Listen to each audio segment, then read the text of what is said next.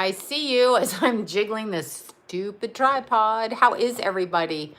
Oh my goodness, how is everybody? There. There. All right, everyone disappeared. Everybody disappeared. There. Hi, everybody. How is everybody? Awesome. Okay, there you are. Hi, all fasting ended for me yesterday. Oh, there you go. There you go. Fasting ended. I'm doing like half day fast, you know, specialty fast, but you know what I really want? I really want to eat cake, but I'm not gonna. That's what I want to do. That's what I want to do. And I did everything I could today to clear out my body. Acupuncture, chiropractor, red infrared sauna for 20 something minutes in 130 degree, 28 degree heat. That's what I did. That's what I did, y'all. Yeah, so I have red velvet cake. I'm liable to come to your house and marry you for red velvet cake. That's pretty much what I will do, okay? That's what I will do. Okay, oh my God, all right. I have a commute tomorrow. Let's see how long. I just looked at an address where I have to go. It's going to take me an hour at this time of day. However, yeah, so I'll have to leave around noon. There we go. I got something to do. We got some clearing to do tomorrow for a client. So that's what we're going to be doing. Okay. Bloomington, Indiana sounds wonderful. Cake sounds wonderful, doesn't it? Okay, everyone here this evening. Hi, everybody. Oh, Tennessee. North Carolina, just got home from the gas lines. Okay, the gas lines. Oh my God, you reminded me. I am rejuvenated. I was really traumatized yesterday. I was exhausted, totally exhausted. And you know what? I'm starving. I'm starving too because I'm trying to okay, whatever. Anyway, I'm just trying to clean my body. That's all I'm going to do until I can get spiritually attuned and that I don't have to vibrate wherever I don't want to vibrate. How about that? That's what I'm trying to do. That's right. Yeah, that's what jelly beans are for, right? If I start that, well, first of all, my tooth will fall out. I think I got a tooth back here. And then, yeah. So a bunch of bullshit will happen if I do that. Ottawa, Ontario, Kansas City. Fasting helps with the intuition. Exactly. I've been doing that. Went and stepped in some grass for literally 2 seconds. Okay, wait. Oh, stepped in the grass. Okay, I thought you meant like you stepped in dog poop in the grass. The UK, hi, Florida. Oh my gosh. Okay. Yes. So get attuned. Yeah, I can do the Reiki. Yeah, I literally am. I use acupuncture actually. Vibrations in moderation. No, I'm trying to get the fuck off the planet. Okay, I'm trying to leave. So, and I'm trying to leave of natural causes. That's what I'm trying to do. Kansas, hello, Kansas. So I'm trying. Ohio is randomly picking up to give. Oh yeah, okay. Whatever. Acupuncture. Yeah, acupuncture is great because I go to somebody that aligns my meridians and my body, and actually help my shoulder. I threw this shoulder out like 2 months before Keithy died. And that's actually why I went, look, on goes the air conditioning again. That's why I went to her, because my friend had carpal tunnel in her hands from cutting hair. So she said, oh my God, she'll help your elbow. She helped hi there. She helped my elbow big time. I mean, yeah, my shoulder elbow. And then, after Keithy passed, I kept going to ground my energy. And so I tell her, we have to not draw blood in my scalp because I make her put pins everywhere in my head to open up my mind. And right here, okay? But the ones in my foot today hurt. It's good when it hits a nerve, and that's good. Okay, you read my comment. That's funny. So, yeah, I could do an attunement for sure. Acupuncture is great for everything. Like I told her, I got to let go of stuff. I'm pissed off. You and Lila bumping music and her nails look great. I know. Rascal's nails look, I know that was on her birthday last year. That's almost a year ago. Me and the Rascal. I got to take her. Jasmine. She loves Jasmine. So when we do nails, we go to Jasmine. She just loves Jasmine. Jasmine is her mentor nail girl. My son's girlfriend has migraine. My piercings in part of my ears so that I've done acupuncture. Oh, Reiki's less like, I mean, Reiki's nothing to be afraid of. You just have to find a good practitioner. I put stuff in my ear where I need it to be, you know, so if like I can pinch it and still get the pressure points for the most part. So I put them in particular things. I think this one is for migraines actually. This, look, I'm going to dig my little ear flower out. This is my little, he's on a loop that goes through my ear. So anyway, that's migraines, but I don't have migraines. I just have people that annoy the shit out of me and then I get a migraine. It's not really migraines. Yeah, I don't really get them either, but sometimes I do when I'm around certain people. What stones are good? Forget. If I could get rid of negative energy, trust me, I wouldn't be experiencing half the shit I'm experiencing. But I do acupuncture twice a week, 31 pins. Oh, good for you. Yeah, I go every week or every other week. So I like that. I really do like it. And I like the chiropractor because when I'm running up the mountain and my hips, you know, can definitely go out, I put needles in myself. Oh my God, you are fantastic. I would do that, but I'm gonna have to research doing that. I got cup too. I got cups all over. Oh, obsidian, I love it. I've got cupping all over my back. I forget about it, and then when I go out, somebody's like, I go for dry needling. Okay, see, you guys are good. Amethyst is good for everything. Amethyst is good for the crown chakra. I bought some moldavite, game changer.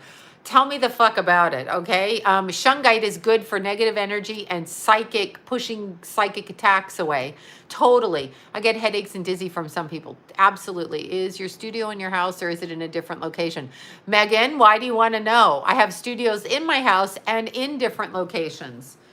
Do I ask you what you do in your house or what you do? Exactly. Because if I tell you things about that, then there'll be stalker fuckers on here trying to follow me, but you'll never find me because I have always moved from place to place, and I'm the kind of person that has a car that has a hatchback that I can sleep in the back of my hatchback when people fuck with me. So I will never be grounded. But yes, exactly. I know it's a weird question. Come kill me if you want to. I'm sure she's not going to, but you know, yeah, just curious. Well, I'm just curious what color underwear you wear and do you shave or wax? Same kind of question. Same kind of fucking question. Exactly. I just want to know. Anyway, exactly. I know no one needs to, right? Exactly. Difference between, oh, I know. Well, no, so, you know, I do. I will never stay. See you tomorrow. Super excited about this little thing tomorrow. So, yes, and thank you. So I'm gone all the time. So even if I live in a place, I'm never in that place long enough, but that's cool. Yeah, when people actually, you know, this is a really interesting thing. So I had a conversation with a young man and Stella, that's not what I said. I had a conversation with a young man and the young man was being chased by, we'll just say some unscrupulous people, right? Unscrupulous, I guess. And meaning like gangbangers and shit, and was really flipped out, okay? Yeah, the cupping is great. Was really flipped out about all the information that's online, okay? But I just want to know, I'm nowhere near her. Why do you want to know? Well, because people shouldn't want to know that. I don't care what you're doing in your house. You shouldn't care what I'm doing in my house. But I've worked in my house for 38 years. That should answer your question. I have worked with people coming into my house for 38 years. My house when it was on a street corner, my house when it was in other people's houses, my house when it was my own home, when my kids were little, my house when it was my home when my kids were older. I've worked out of my house. That's what I've done. So I've had a shit ton of people, more than most, in and out of my house, like a revolving door. So I'm not really worried about anyone doing anything. And also we keep loaded shotguns. So, yeah, I'm like, so we keep loaded shotguns. So fucking bring it on. Yeah, I don't know what to say. But anyway, this kid was asking me, you know, why all of this information is online, okay? Because, you know, when you Google yourself, whoever Googles themselves, if you Google yourself, it's got a whole bunch of information. Some of it's over here, some of it's over here, and some of it is just not true. Like it puts you with other people with the same last name that you don't know, or, you know, whatever. So it's kind of true. Who gave these people permission to print all that shit all over the internet about, your where you live, what you do. I mean, I keep plenty of guns. I get threatened. I get threatened all the time. People threaten the fuck out of me. I get threatened by men. Mostly men I get threatened with. There's a couple of bitch women, but I get threatened by men quite a bit. So yeah. In so many different ways, physically, aggressively, verbally, all kinds of things. So they can all fuck off. I don't care though. Yeah. I know there's a lot of stuff online that has nothing to do with anybody. Like, you get threatened by Scorpios. Yeah, the Scorpios. Don't bring those Scorpios up because they come out with their little pinchers. They pinch. No, for doing videos on the child trafficking, people don't like to hear about it and they don't like to hear what's happening in the world. I can't help it because, like, if you don't like what I say, just get off my channel. Like, no one's telling you to, like, listen to me. No one's telling you to listen to me, okay? You don't have to listen to my ass. Yeah, I mean, a lot of people, men are very aggressive, and I felt this when I was younger, but I had a very aggressive early childhood, so I had a father that was a, violent, aggressive person, and a mother that was a violent, aggressive, and a brother that was violent, aggressive kind of thing. So, and the whole family was crazy. So there you go. So you're going to do it. But a lot of people that, cyber bullies. Yeah, the cyber bullies. I know when I first started this channel, people were like, your lips are fake. And they're like, why do you line them like that? Because, oh, hi there, Bali. Because I like to line them like that. I'll do whatever the fuck I like. Why do you look like you do? So now what I learned to say, if anybody critiques anybody's appearance, you better show your picture and you best be gorgeous. Like, you best be super gorgeous, not have an ounce of fat on you, and your face better stand out there. No, they did, really. Do you know how many times I actually said to one woman, I'm going to find you and fuck you up a long time ago. I know. Why the hell? I know it's the psychic channel. It's not like I'm the makeup channel, right? However, I love Jafra Cosmetics. That's Estelle's company. Love it. I love that makeup, and that is what I put under my eyes. Like, I do Estelle's makeup all the way down and around. Like, I do in here, and I go down here, and I do that, and then in between, I put a darker, and then I kind of, blend it in. That's what I do. That's exactly what I do. Yeah, they're jealous people. And anyway, my point is this kid was like, why is all my information on the internet? Why does it say this? Why does it say that? Why does it, this isn't even true, and this, and they can find me. My address is here.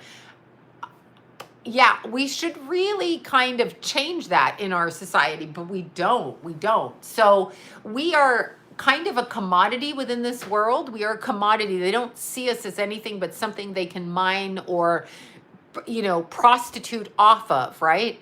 Yeah, there's a lot happening in the stars. We're going into a Mercury retrograde. That's what we're going into. For those of you born with Mercury retrograde, okay, you guys, my nickname was sometimes Tigress. I got called the C word always and whore. Those were my nicknames growing up. So yeah, anyway, that's the, I mean, in our society as women, we are slaves. We are told the world is upside down. People are crazy.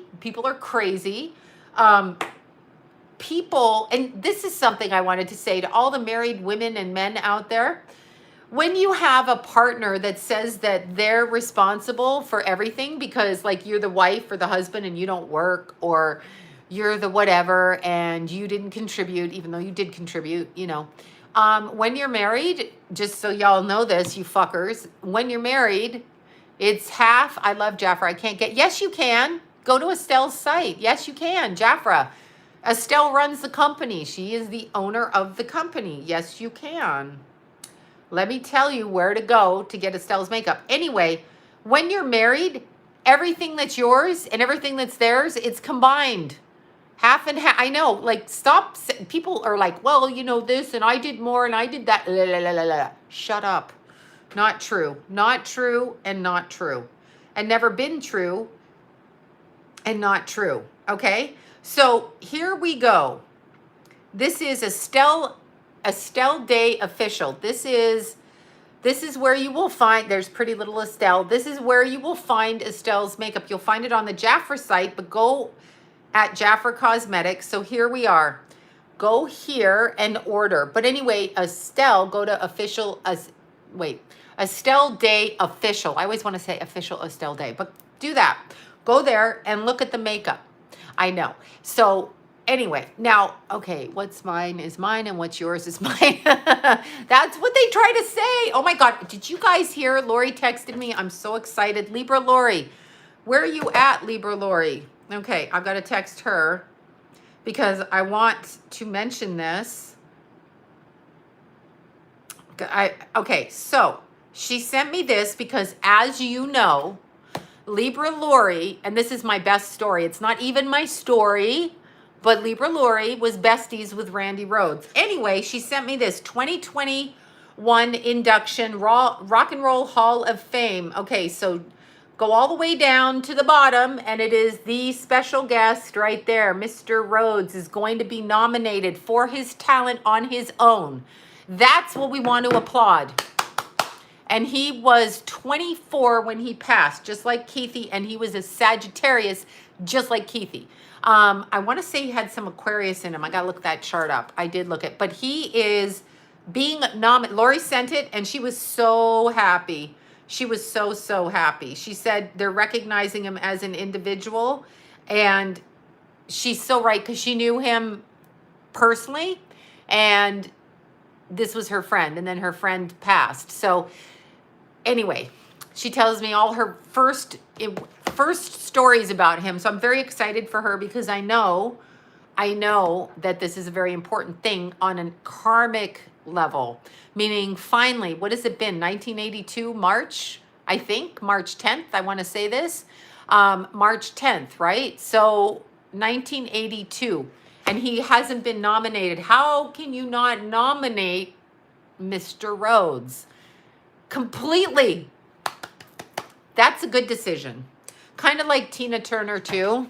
Well, Ellen is just an ugly bitch. Oh God, shut up, Sloan, shut up. Ellen has an ugly personality. So I'm going to say it like that. I didn't realize Randy, he was 24 when he passed. And this is a weird connection. I love telling this story. Yeah, he had an idea about when he got on that plane, but I have a weird story. So Jana Banana, not Estelle's mom, Jana Banana, but Jana Banana, the hairdresser, Jana Banana, that I've known for 30 years, was Randy's neighbor. And she would tell me stories, like she would give him, I don't know, clothes, jeans, some of his stuff like that way back when he went on stage, right? And I would see this girl in the hair salon, and she had her boxer dog with her, and she was sitting there, and I'm like, who is that girl? And she said, oh my God, you got to meet her. And that's how I met Lori. We also met at Starbucks, and we also met all over town on the side of the road because her dog would be out the back of her car, and I'd go up to say hi, and that's what happened. I have no filter. I can't have a filter. I can't. People do not like me because I do not have a filter. My family hates my guts, just so we're very clear on that. They hate my guts. But here's the rule to me for my family. You need to speak to me properly. You need to not be drunk or high, and certainly not on cocaine and not on fentanyl and all of these things. That's all I'm asking. That's all I'm fucking asking, okay? Those are my things. No robberies, no raping and pillaging, you know, the usual shit, right? Like none of this. I don't even expect anything much, but oh no. Oh yeah, can't stand you. Seinfeld reference. I know, right? Seinfeld is hilarious. Yeah, people hate me. They hate me because I say it, but you know what? I don't care, and I'll tell you why. Oh, Double Aries from Portland. Yes, Quiet Riot. Yeah, Lori was the one that headed up his fan club for that. She did guerrilla marketing back then. You guys probably are too young to remember that, but guerrilla marketing. Like she went out with person to person, come to this place, see this show. She did like that.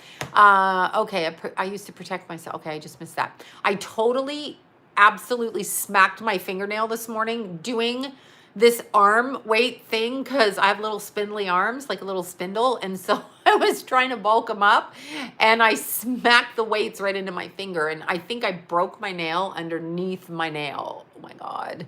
Yeah, they can't control me. You're not going to control me, and I'm not going to shut up. I'm not going to shut up. Yeah, I'm pretty sure he probably is. He wouldn't have gotten there. And Elaine came from, a billionaire's family, right? So there you go. Exactly. So here's what I wanted to talk about. I love the Jafra foundation in the tube, and I use the Blanc one. I think that's it. I always ask Estelle. I love it. I wear it like literally on this part under here, just like this. And I'm still waiting just the update on the eyebrows. So this is what's left, and then they'll redo on June 4th. So yeah, I'm not really putting a lot of garbage in my eyebrows though. So from here up this is my normal skin up here. You can kind of see the color difference, right? So yeah, that's my normal skin. And I bleached the shit out of my hair, and it's kind of fuzzy on the back. What's a crystal to keep you calm during legal proceedings? Yes, I heard Tawny Katan died. Very interesting. I get a combination of things, but I don't think I want to speak out on it yet. I don't feel a direct need to speak out on it really, but yeah, there was a combination of things that went on, and I do get that it was her time. So that's what I feel. I do feel it was her time. But yeah, I've just read Amethyst will give you justice. Okay, Amethyst. What's a good crystal? Lapis for anxiety.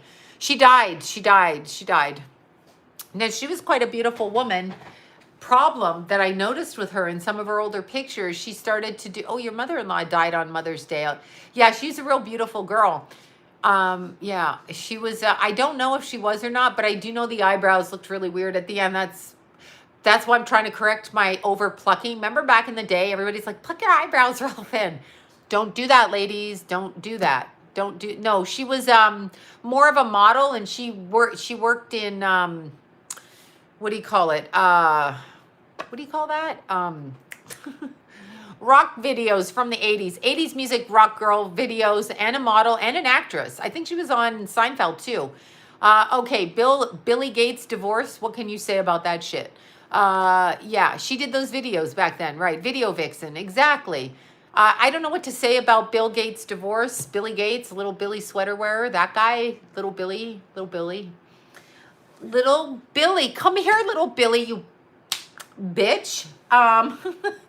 Little Billy is, you know, he kind of flirts around and sleeps with a bunch of people. I think that has nothing to do with his divorce. How about the word distraction? Distraction. His wife knew what cookie jar his hand was in. His wife knew what cookie jar his hand was in. He absolute little Willy Billy. I know that sweater that he wears. You just want to punch him in the face with a sweater, right? It's like, pop. Yeah, it's a scam. It's some kind of distraction. It's something like this. Melinda man knew Melinda anyways. Okay, yeah, it's a distraction. And do we care? How many of y'all been divorced? Does anybody care? No one cares because you've been through divorce. And so what? Luther, getting divorced, shut up. Everybody gets divorced. I mean, a lot of people, 50% or more than 50%. So when they put that on the news, it's a distraction. He's probably selling off assets and doing something. Yeah, they say Kevin Kline is playing Melinda. I know. I can't even go there in my head.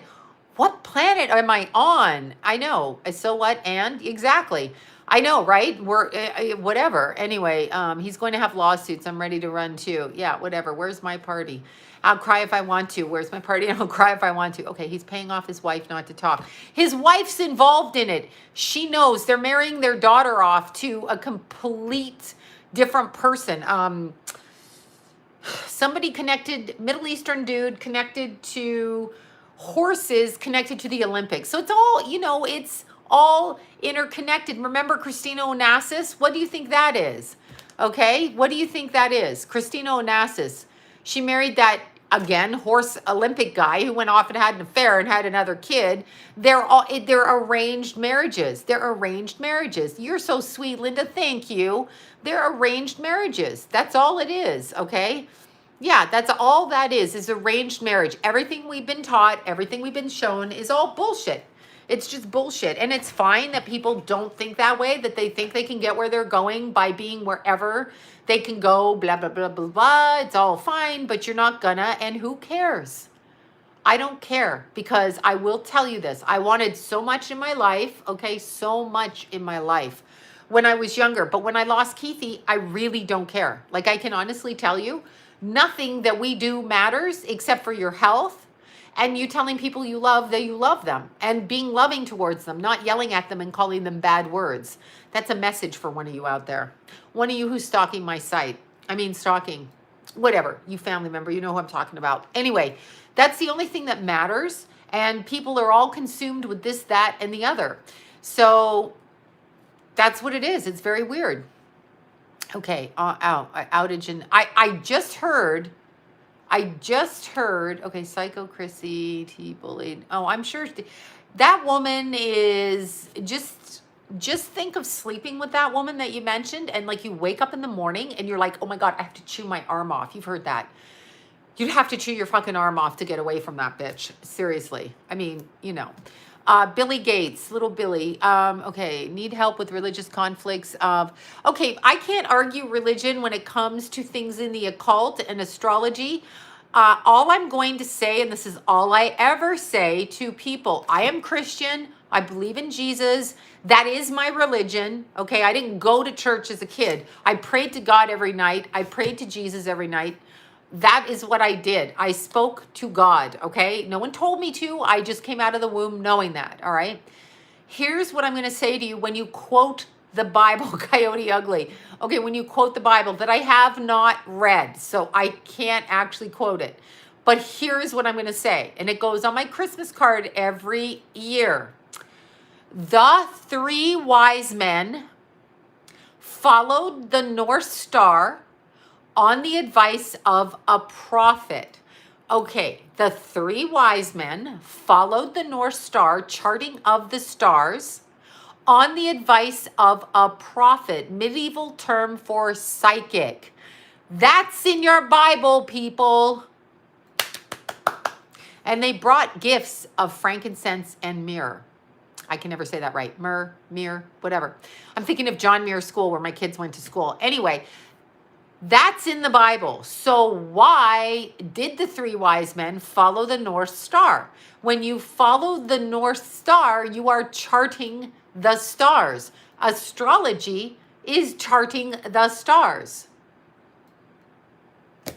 Just saying. Just saying. Just saying. So if you have a religious conflict, I don't have a religious conflict. I know who I am. So this is what I came here to do. I wish I could say I came to do something else. I'm not an evil person. I'm a good person. You're a good person. Being psychic is like being prophetic. Being psychic is a genetic thing. You're born with it. All these fucking people out here, come take my class, come do this. Shut up. You are born with it, or you have a near-death experience. But it's still ingrained in your DNA, okay? That's what it is. It's ingrained in your DNA, period. So you are born to be able to do that. It harnesses your body's energy, okay? You can open up even more, but charting a lot of scammers, yeah, in every industry, of course. I've been in this industry 38 years. Well, since I'm 17, okay? Since I'm 17, I've been doing this, and I've been studying astrology my whole life. So no, I've never had anybody sue me for being an idiot. I did go to a party once, okay? I went to a party once. I went to a party once, and there was a girl there, and she said, had a reading with you about 8 years ago. And I'm like, okay. And she goes, I was really pissed off at you. And then I instantly clicked on the reading because I could remember her face. And she's like, you told me that my boyfriend and I were going to break up and he was going to marry a girl with long blonde hair. This girl had brown hair. And she said, la, la, la, la, la, la, la. And so she was so pissed off at me. She was so pissed off that she thought I was a bad psychic. But she said everything came to happen. So just because you don't like what I say doesn't mean that it's not going to happen, because a psychic is just an information giver, a telephone cord, a conduit. That's it. I don't care what you do, say. People come to me with all kinds of questions. I have to separate my personal judgment from their questions, okay? So even if they're with a guy and the guy is a piece of shit, all right, and they ask me, does he love me? Will he come back? That happens a lot. I want to say, girl, let me grab you by the scruff of the neck and teach you. You're young, you're beautiful, stop. But they're not going to stop. So my job is to answer that question, period. That's it.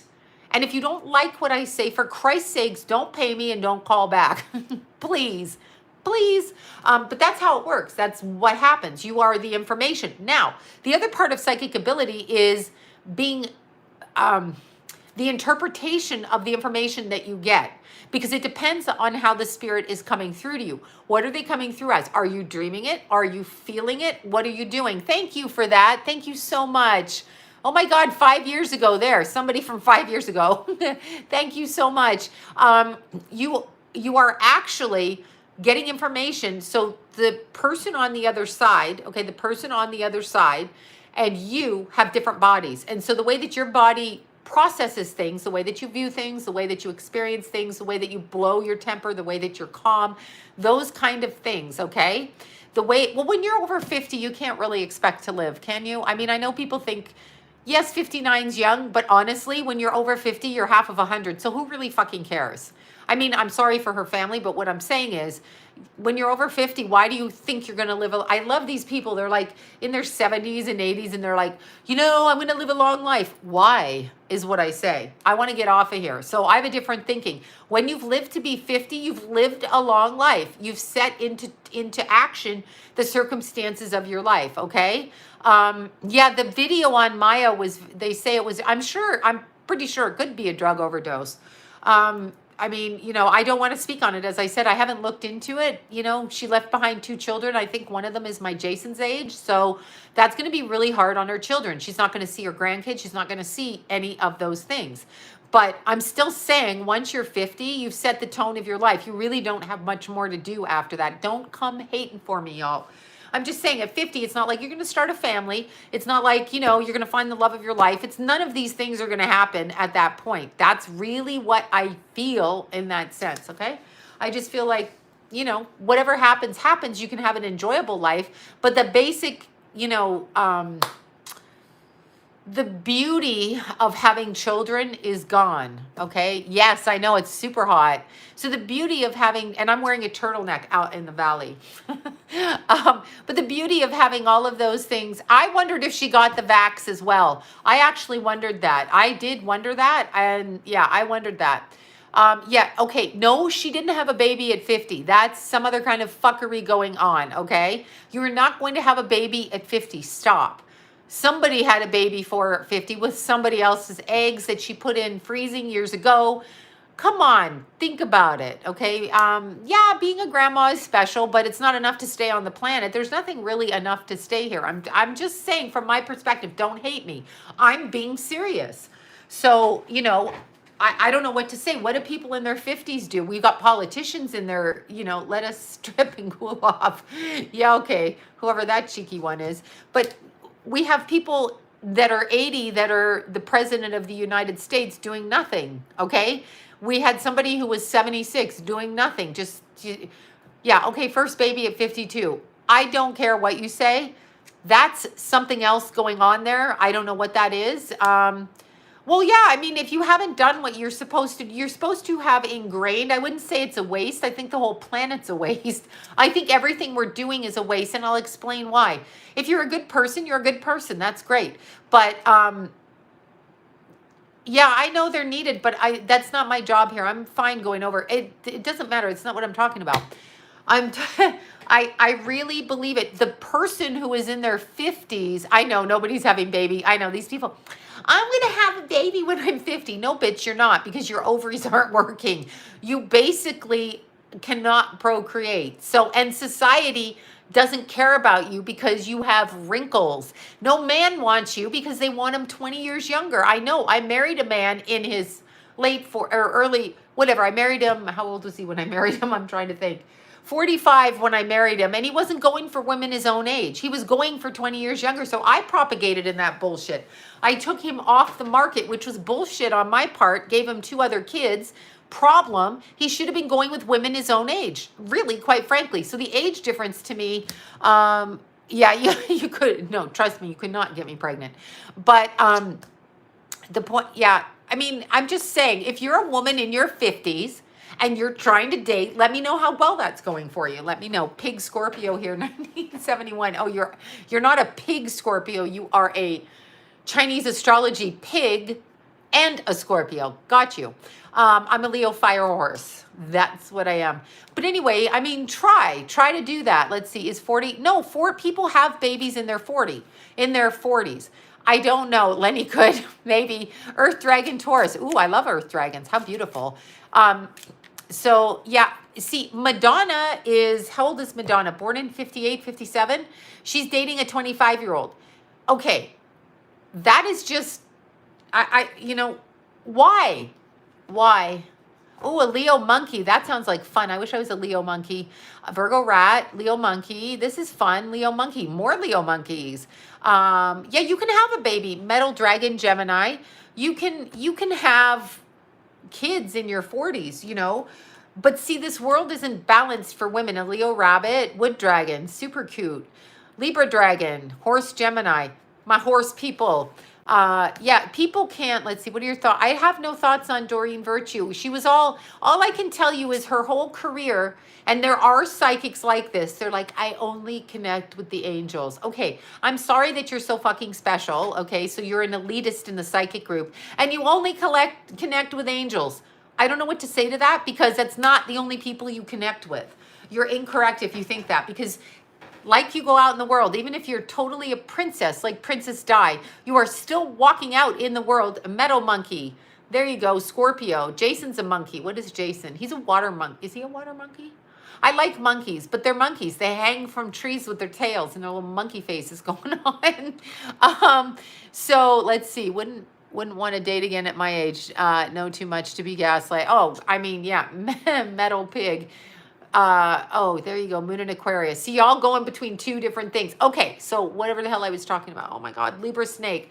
Okay, Cancer water pig. Yes, we do. I don't know. I'm an Aries snake. Yeah, I married one of those the first times around. I'll never do that again. No offense. No offense. Second time I married an Aries dog. First time I married an Aries snake.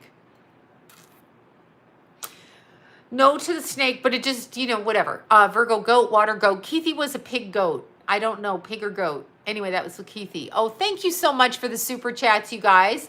Yeah, Cancers do love Leos. But here's what I'm going to say, okay? So when you go out in public, and this is what I'm saying truly, Madonna dating a 25-year-old boy, I don't care how good you think she looks, she doesn't, okay? No matter what, that 25-year-old can go with whoever, but he's choosing Madonna because she's Madonna, okay? That's fine. I love you too. Thank you, guys.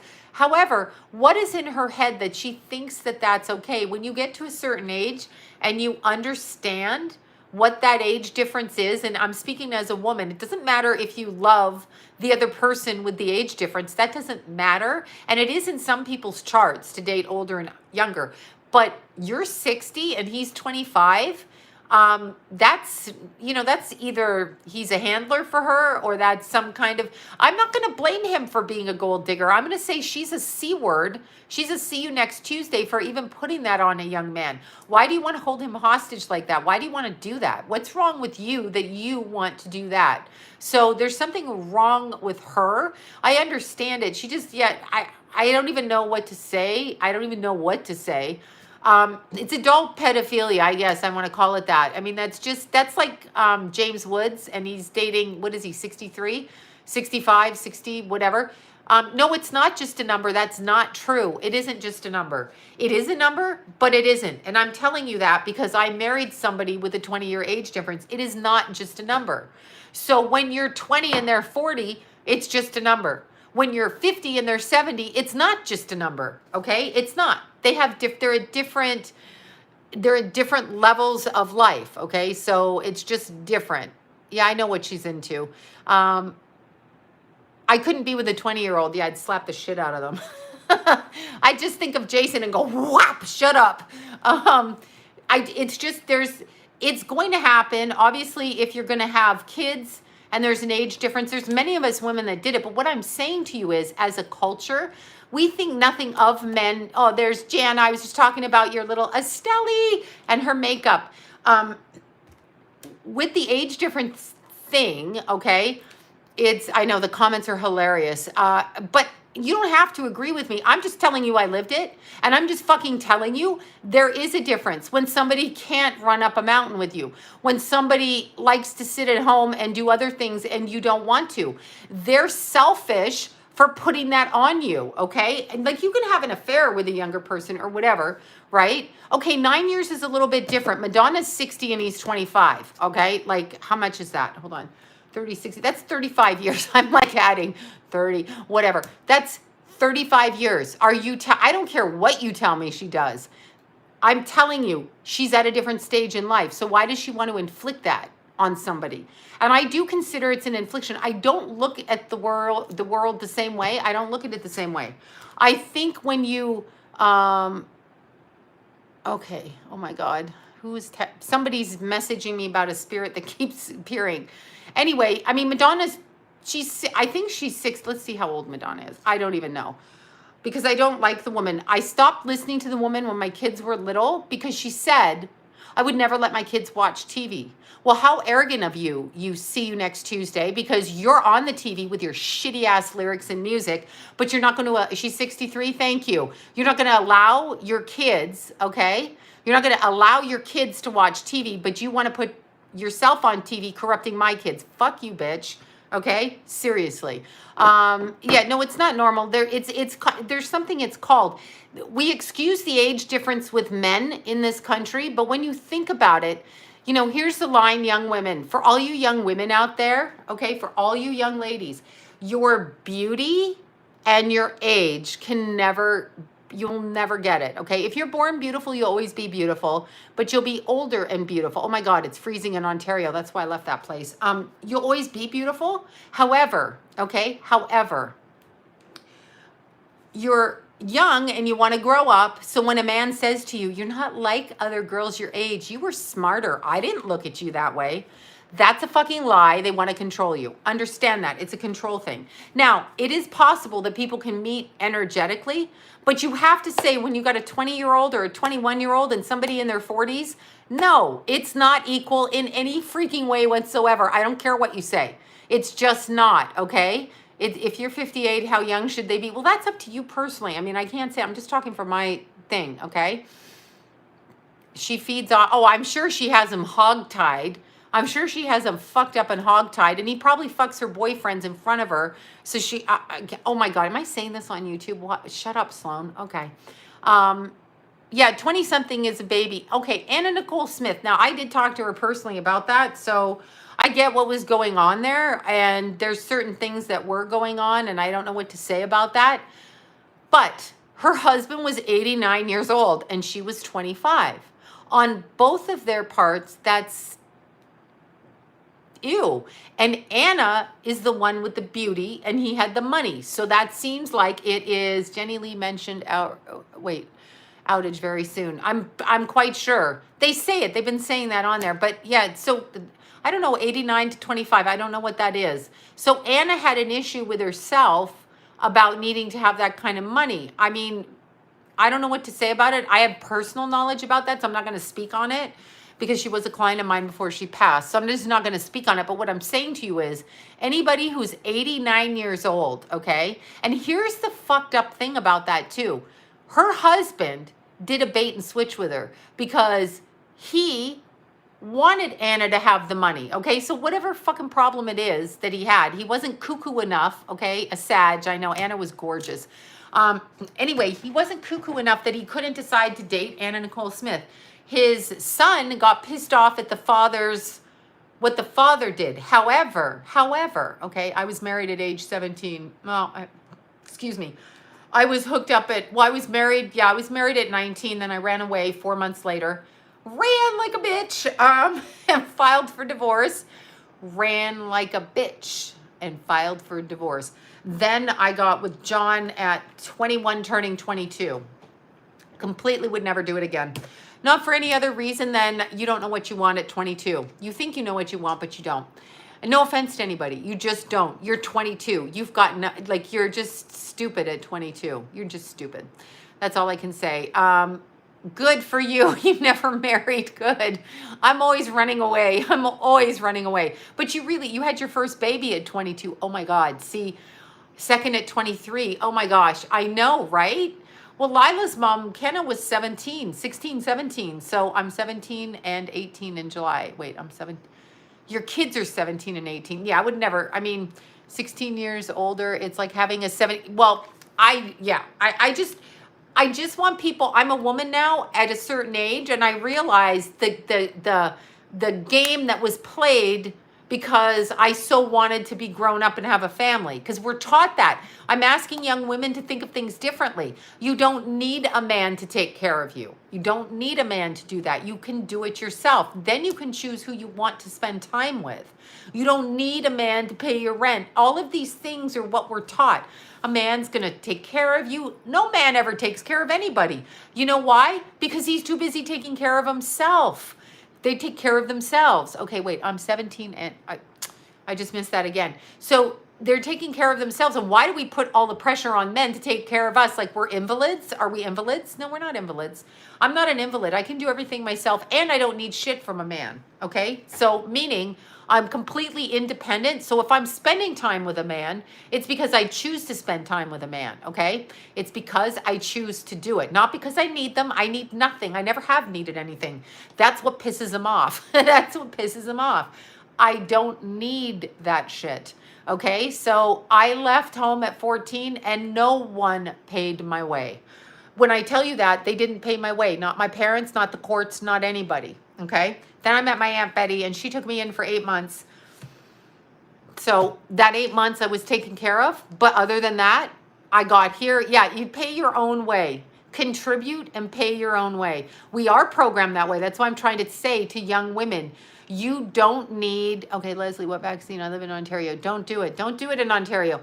You don't need anybody. And then when you choose to spend time with a man, you're choosing because you have a heart connection. Not because, yes, we all love men. They do good things. But what I'm saying is you don't need them. The word need and love should not be in the same sentence. It should be, I want to spend time with this person because I enjoy communication. I enjoy them visually, whatever it is. And I like their mind. I like their personality. And I love Englishmen. Somebody says, I'll go for that. Somebody's like, I love Englishmen. But it should be, yeah, karma is a thing. But here's the thing. Here's the thing. Oh, Chatham, Ontario. I remember it well. Don't need a man unless I'm, well, you should want, that's what I'm saying. Need means I need money. I need something from them. And that will not work. It should, yeah, British men. Let's bring on the British men, okay? Yes, karmic relationships, but here's another thing about that. What we all talk about, what everybody talks about is karma and Taurus wood snake. I love handsome, dark Jewish guys. Okay, see, we got a whole variety here. I have no type in a man. I have no type. Awesome. Okay, I just missed that. Tom Hardy. Somebody's liking Tom Hardy. I love Scottish men and need me one of those. Yeah, I don't have a type. Well, I do. It's your mind. If your mind is not smart, then I don't want to be with you. I don't really care. Anyone seen Outlander? Exactly. Anybody, okay, who's seen My Choice over my lifetime, it's an intellectual thing for me. Could give a shit what you do. It's an intellectual thing. So yeah, if they're not smart and they don't. Now, here's something I notice. If people, let's see, I like a man who can make me laugh. Absolutely. Absolutely smart. It's an intellectual thing for me. And if they can't communicate and straight out speak, oh my God, get the hell out of here. So many men bottle stuff up. It's a control thing. They're not going to talk to you. They make up shit. No, Nope. You should want to be James Gandolfini, a short, chubby Italian. Yeah, I mean, just somebody you enjoy spending time with. It shouldn't be because you need them. I have to be nice to him because he pays my bills. That shouldn't be in a marriage. That's not a marriage. That's slavery, conservatorship, whatever. The blue blanket looks like a horse of sorts. I haven't even looked. Okay, so when you guys talk about karmic relationships, okay, so karmic relationships, right? Like people say, oh, he's my twin flame. She's my twin flame. She's my soulmate. I'm going to say this. I'm going to say this 500 times because I say it 500 times, okay? My spiritual angel's name is Bella. How sweet. Okay, no narcissist. Oh my God. Fucking, yeah, right? Right. Okay, I call marriage is legal prostitution because, well, if you don't give the man sex, he's like, I'm going to go out and cheat on you. How many women have heard that? I know I have. Really? Maybe I don't like you tonight because you're screaming at me. Maybe you're fucking whatever. Absolutely. I mean, come on. Anyway, you know, or the wife's like, oh my God, whatever. Okay. I mean, I just can't. I can't on this planet. I just can't. I'm done. Okay. So twin flames, okay? Twin flames is the other half of your soul, but usually the shadow side. But let me start with soulmates. Soulmates, y'all, just because you recognize a soul and it clicks with you does not mean you have to, okay? Okay, I can't, oh my God, you're telling me someone's missing. I can't, I'm distracted. Okay, just because you recognize a soul and you walk by it does not mean you have to make a choice to be with them, okay? You do not. Karmic relationships often are formed on the other side, either because we're completely delusional or we're psychotic in our heads, Sagittarius snake, or we're drunk and high over there and we're like, yeah, I think I'll do that with this person. And then we get here and it's like all kinds of crazy, right? So you sometimes are bound on the other side, okay? Like it's bound by a person's energy. Somebody dies and they're like, I hate this person, I want them, they're gonna be my wife, my bitch in the next life, okay? And then you recognize them. But I'm a hooker, I love that. I wanna be a hooker.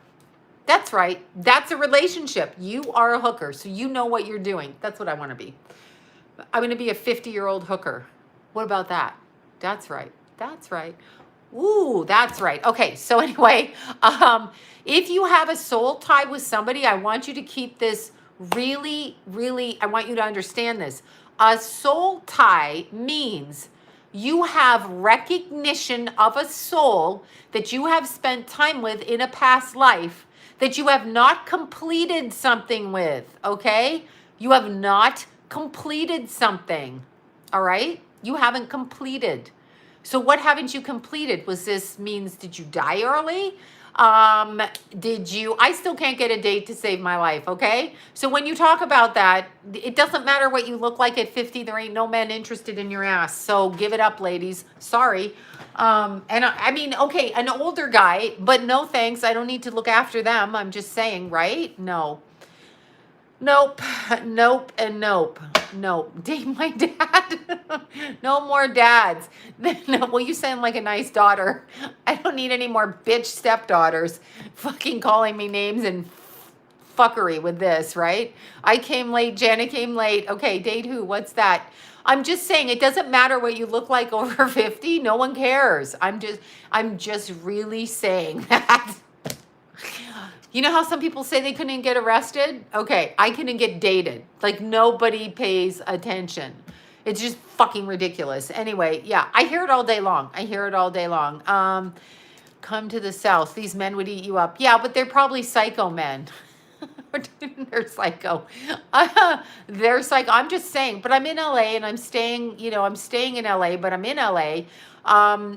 Yeah, it doesn't matter what you look like, though. It doesn't matter what you look like. It really doesn't. People want people for particular energies. Really what you're saying this is why plastic surgery doesn't work on people's faces. Because, okay, look at, for example, Tawny Katan was, if that's how you say her name, she was absolutely beautiful in her videos. She's a rocking little body and beautiful, okay? And I think she's a Leo in her hair. When you look at her face as she's aging, she's doing silly things to her face because the face is getting all whatever that is. Plastic surgery will never, oh, thank you, Jennifer. Thank you so much. Thank you for that. Plastic surgery will never duplicate God's work and how your soul reflects from the inside out. Never. It will never do that. So how you treat people internally is actually what shows exterior. When you're over 50, when you're 20, you're fucking hot. You ain't got cellulite, you got booty shorts on. I'm just speaking for myself again. But anyway, you are running the streets wild and you are looking so good. But society is telling you when you're in your 20s that you got to look like a Kardashian, that you've got to look like that you have to put that goofy shit in your butt, that shit in your boobs, that shit in your face. There's women in their 20s getting Botox. Stop that. Stop it, because it cannot duplicate anything. It cannot duplicate, okay? Unless Wait, unless a two or Kardashian have, yeah, whatever. It can't duplicate. I know what the Kardashians are. No, Tawny was gorgeous. I mean, gorgeous woman. But she started to, and we all, I look in the mirror and I'm like, oh my God, bags under eye, whatever. You don't see it here because I got lights on. But when I go outside, I'm like, ugh, the light, right? So it happens to all of us, all people. But then there's people, I prefer my own, whatever you prefer your own. But then there's people in life, right? There's people, I think it does make you age faster. I don't think it's a good thing. They've sold women a bill of goods. Women can't even look like themselves. Women cannot even look like themselves in this society because they are supposed to live up to a Kardashian standard. And then if by chance, and there's so, my son's just had the most, all my son's friends are very, very attractive, beautiful young people. Every single one of them actually is very, very, very beautiful. No, Kenna doesn't look like a Kardashian. No, she does not. Kenna's a little petite thing, okay? Kenna is a little petite thing. She does not look like a Kardashian, okay? Kenna's a slight little girl. And she looks like a little Kenna, mommy Kenna. Well, if you want a nose job for your own reason, but here's what I'm going to tell you. Yeah, I don't know what Kenna gets done or not. I'm just saying she doesn't look like a Kardashian. And I don't speak about my Kenna on here because Kenna is not a public person. The Kardashians present themselves publicly, and somehow when they turn around, they have big shelf butts. What the fuck is that, right? What the fuck is that, okay? What is that? No, I don't pick on young women in my family ever. I don't speak. I speak of those in public because you put yourself out in public and you do certain things. So no, she's not a Kardashian at all. No matter what you say. People say I have lip filler in. I don't have lip filler in. I get accused of it all the time. I get accused of all kinds of shit. I had a friend that used to say I had a nose job all the time. I don't have a nose job. So, yeah, no. Anyway, all of that aside, problem is when you, oh, there's Ashley. Thank you, Ashley. So here's the problem. When you have, okay, it's like Kenna's very psychic. She dreams stuff, okay? Very much so. When you have a whole group in society, okay, and then you have really good looking people born, like Keith and Jason's friends, there are like a lot of good looking people in that group, right? When you do that, these people don't even feel like they're attractive because they've been so brainwashed by social media that the young men are out doing steroids, losing their hair, not going to be able to have sex, all of that shit that comes with steroids. The young women are out putting shit in their face in their 20s and doing all kinds of stuff, completely screwing up their bodies, okay? Completely. And the more, now, Jada, I think that's your name, the more attractive that your children are, the more society will attack you, okay? Will attack you. They will attack you, okay? So you will be attacked in our society. Leo Metal Horse, there you go, I'm a fire horse. Yeah, you will be attacked. So young, beautiful women are attacked by the vampires. Usually these older type of women that when you walk in a room, and all you young ladies know it, you walk in a room and then you've got some old bag in there, someone in their 50s, and they look at the girls like, you know, sour face, like they're disappointed. That's because you're an old bitch who's an ugly bitch on the inside. So stop doing that. Right? But it's really hard when you're, well, the old bag and I'm saying it, it's really hard to ignore that stuff because if you're at all intuitively sensitive, okay? Yeah, I know. Kenna's a little girl, right? She's a little girl. No, they would say this shit. They did. I'm telling you, they do it. I really hope people don't do it to Lila when she grows into be her tall, beautiful self, but they're gonna because she's attractive. And there's always ugly souls out there speaking like that. It's awful. And they really fuck up your heads. Now, if you happen to marry into a family with bitch women like that, you're just gonna always be tortured. And sometimes psychic kids psychic people, psychic, intuitive people who marry, or empathic, and they marry into a family where they're attacked. It's really fucked up. Like, it ruins relationships big time, all because they're whining because they can't be a nice person on the inside. There's always somebody better looking than you. There's always somebody taller than you. There's always somebody more talented than you. There's always somebody with whatever you have, but better. Always somebody born smarter, somebody born more, athletic, somebody born more whatever. Oh, right? So, I mean, you can't get mad at that. You need to embrace people. I'm going to be your cool aunt. You're going to be running. Like, I tell you guys, okay, I tell you this straight out. Deanna is a better psychic than me. I've never, like, she just is, period. She just is. Some people are better at their abilities than other people, period. It's just the way it is. Just the way it is. So you just have to do what you do to the best of your ability in the best way that you can.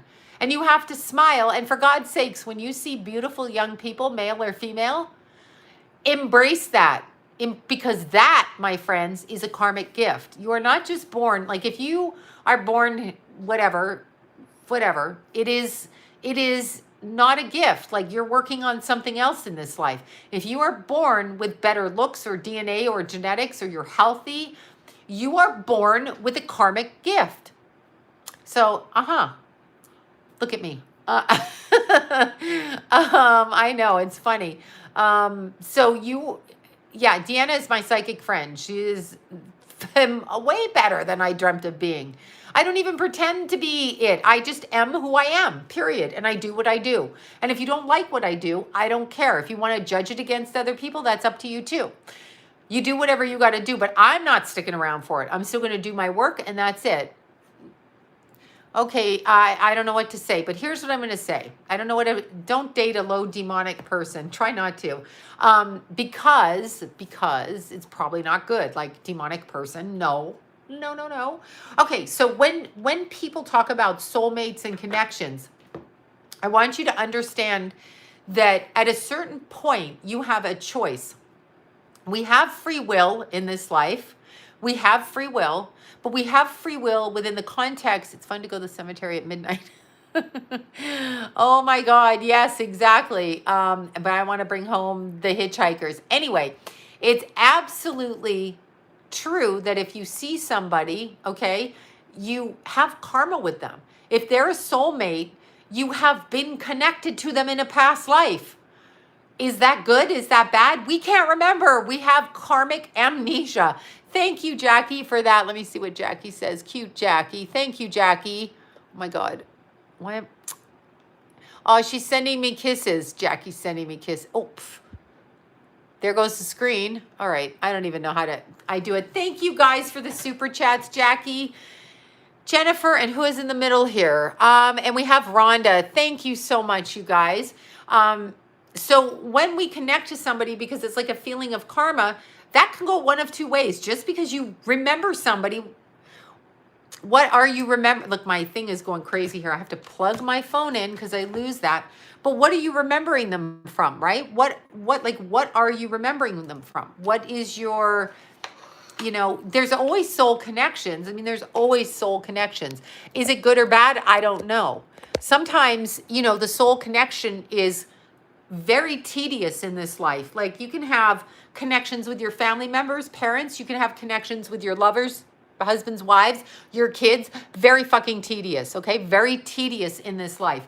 So if it's tedious, you're working out karma, but you don't have to stay stuck your whole life. You're not obligated to anybody. You do have a choice. You don't have to. But see, twin flames, people go looking for their twin flames. They're looking for this. They're looking for this, this connection to their other self, to their other side, blah, blah, blah. I get it, but I'm just turning on this computer so I can actually charge. Woo, somebody's trying to get in my head here. See, they try to get in your head. This is what happens. Yeah, I know. Sad. This is just thinking it was Maya.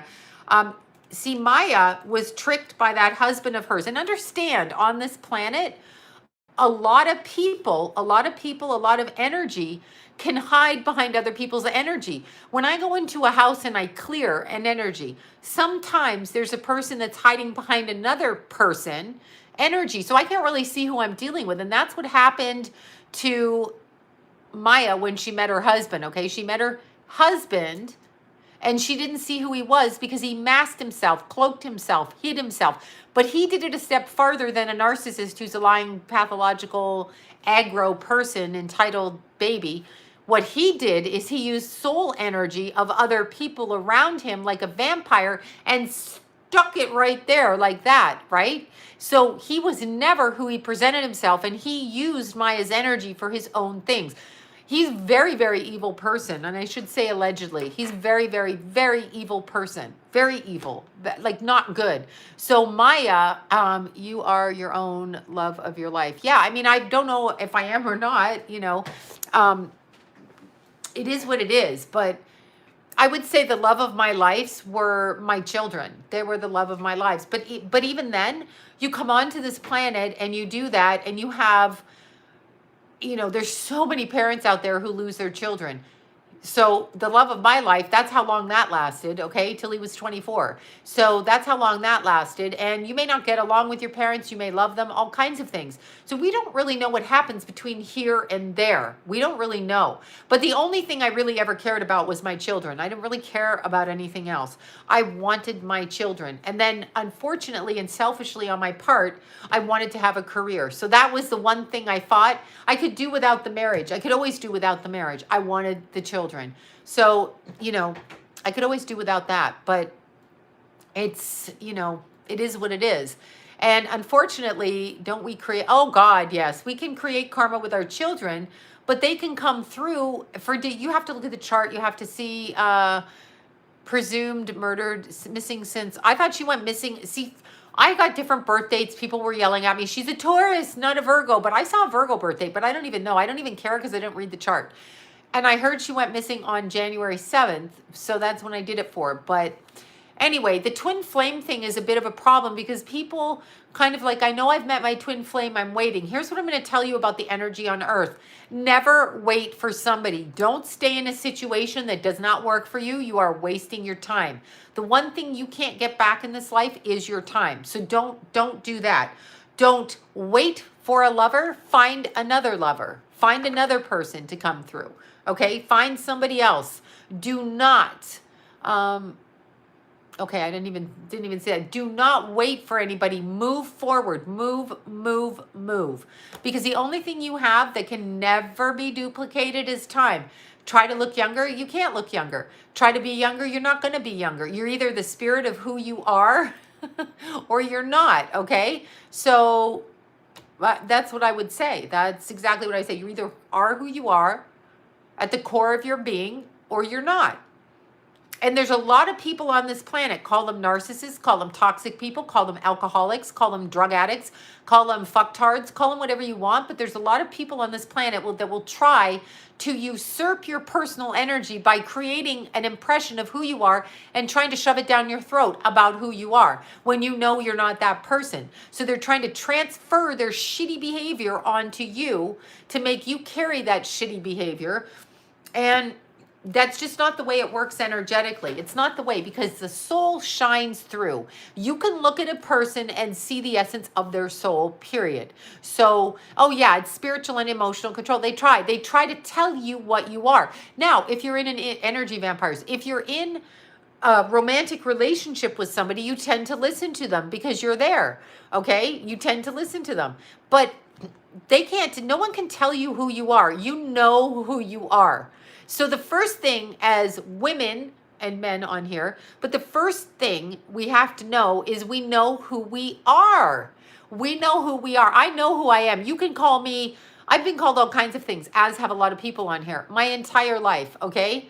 My entire life, as has everybody else. But I know who I am. I know what I've done that's been wrong. I've asked for forgiveness. I've asked the people for forgiveness. I know who I am. So no matter what you say to me about who I am, I don't give a flying shit. I know who I am. So that's what we have to teach our young people, is to know and to stand in their strength and their power, regardless of what the adults around them are telling them. Because there's a group load of people. Jealous women, what do? They try to undermine something that they don't have. And they do this in work. They do this in families. They do this in relationships. You've got mothers who do it to their daughters. It's sickening. But eventually the soul of the person will come out and win. And here's when you win: when you no longer agree to be complicit in what they're saying about you, because you know who you are. So when somebody accuses you, and I have a great amount of respect for people I read about in jail that go to jail for something and they're going to get like 50 years, and they're like, I didn't do this, whatever this is, because they're not going to attach that to who they are. They won't do it. They may go to jail for 50 years, but they will not go under that. So I have a lot of respect for those people, because that would be a hard thing to do, okay? I know, I got to shut the fuck up, don't I? I am preaching it up, but I get like this. I mean, I don't have to come online. I should stop, right? I mean, I really don't have to. I really should stop at times. Because I say shit and I just go. However, I'm really trying to tell you, it's coming down to a moral crisis in this country. It really is coming into a moral crisis. There are people that are going to step into an energy field. And Deborah's like, no. There are people that are going to step into an energy field that's not good for them. So you have to have a moral compass. You don't get to walk over other people. I know, Susan Morphew. Okay, now that's very interesting. I haven't done a reading on her, and I hear her husband got nailed for that. Here's the thing with that young woman. She probably was in a very, very narcissistic, abusive relationship. She has 2 beautiful kids. She probably was in one for 20, 30 years, whatever it is, 25, 22, whatever. I forget how long she's married. I think her kids are 16 and 18, 17, whatever. She didn't leave because she had children. Men tend to leave more, but there are some men that stick around. But she didn't leave because of her children. Then she went out one day, and this man that she married, she had children with, just fucking took her out. Just thought he would take her out. I'm just going to kill her, 16 and 22.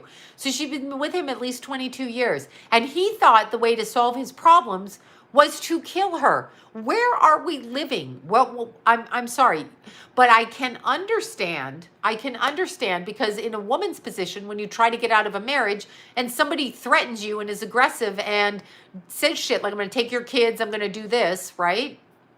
Of course, we're not going to take action as women. We're probably the meeker ones of it. However, when I'm looking at the energy, and he's got to be demonic. That's what it is. How can I move past?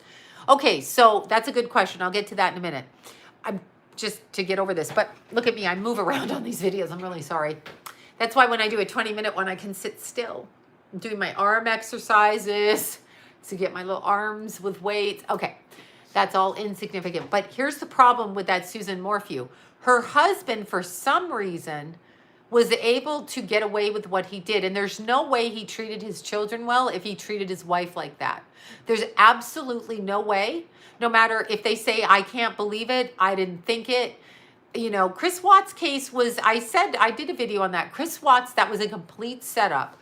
Chris Watts' case was a complete, that was a hierarchy of, I'm going to go on a bender right now. I'm going to go on a huge fucking bender, okay? So it's like I'm drunk and I'm going to tell you what I think. Anyway, Chris Watts, that is a ritual. That's a ritual. The higher-ups investigating that, him, everything going on, that's a ritual. I'm just going to use the word ritual. That's what I'm going to do. Now, here's what I want to say. Yes, it's a total ritual. It's obvious to me. I watched him flip in and out of personalities. I could see it. I do feel that. Yes, I can't remember what I said on the video. Canadian News was wait, I just missed that. Okay, so anyway, I want to talk about childhood sexual abuse and trauma to make your evening happy. Thank you all for the super chats. Okay, somebody just asked me on here, how do you get over childhood sexual abuse? Exactly, mind control. Childhood sexual abuse and trauma. Here is what I'm going to say to that. As a child, You have no say-so in what goes on around you. You are a child. You are a baby. You are vulnerable. The fact that some adult wants to target you because you are vulnerable makes them evil. So those people, number one, are either repeating a pattern and they're too cowardly to fix themselves. They are mind altered, drug and alcohol, and allowing their boundaries to break down and taking power and control and usurping God's energy. When you harm a child like that, I'm not saying we don't, because I was not always the best parent to my kids. So I apologized. I'm so glad that I told Keithy that I was sorry for being a bad mom before he died. I did tell him that. And he told me I wasn't a bad mom, and he gave me a hug and said he loved me.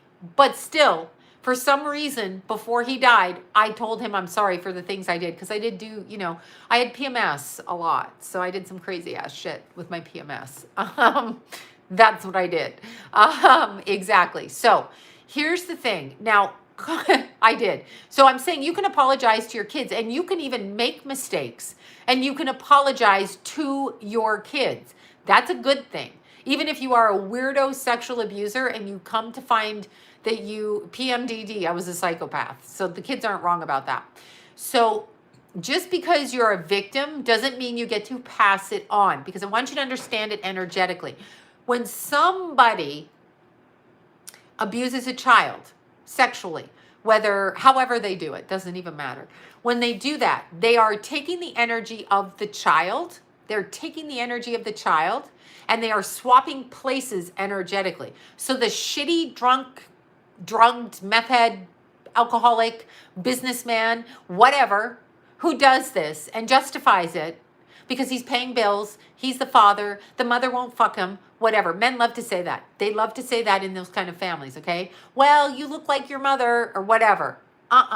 Anyway, when they do that, okay, when they do it to a girl or to a boy, whatever it is, and they usurp that child's boundaries, the child has no way to protect uncles and brothers. Yeah, the child has no way to protect themselves. I mean, if you're 5, if you're pre-verbal 3 and 2, you have no way. When you do that, you are exchanging all of the rotten energy that you've collected because you're not fixing yourself and you're putting it on to the child. So that child, like I think her name was Liz on here, so that child carries all of that shame, all of that guilt, all of that energetic sludge, and it rolls off their body. Just like she asked, how do I get rid of that? Here's how you get rid of that. First of all, look at yourself in the mirror. This is not your fault. Whatever feelings you have around it, first of all, find a good therapist, seriously, that deals with childhood trauma. Talk to other kids that have been adults, that have been childhood traumatized. Understand, the fucking adult that abused you can never touch your soul. Period. He got your physical. Your physical dies. He can't get your soul. He can never get your soul. Never. So what he's doing or she's doing is they are causing you to feel what they feel. So you have to actually work on clearing the energy. Now, how does one do that? Hold on, I'm just going to look at this. Yes, thank you. You're so right, Jennifer. And Jennifer says that the hardest thing that you can do, and thank you for the super chat. She says the hardest thing you can do is break a childhood trauma and even when you're traumatized, and to move it in a different direction. But the first thing a adult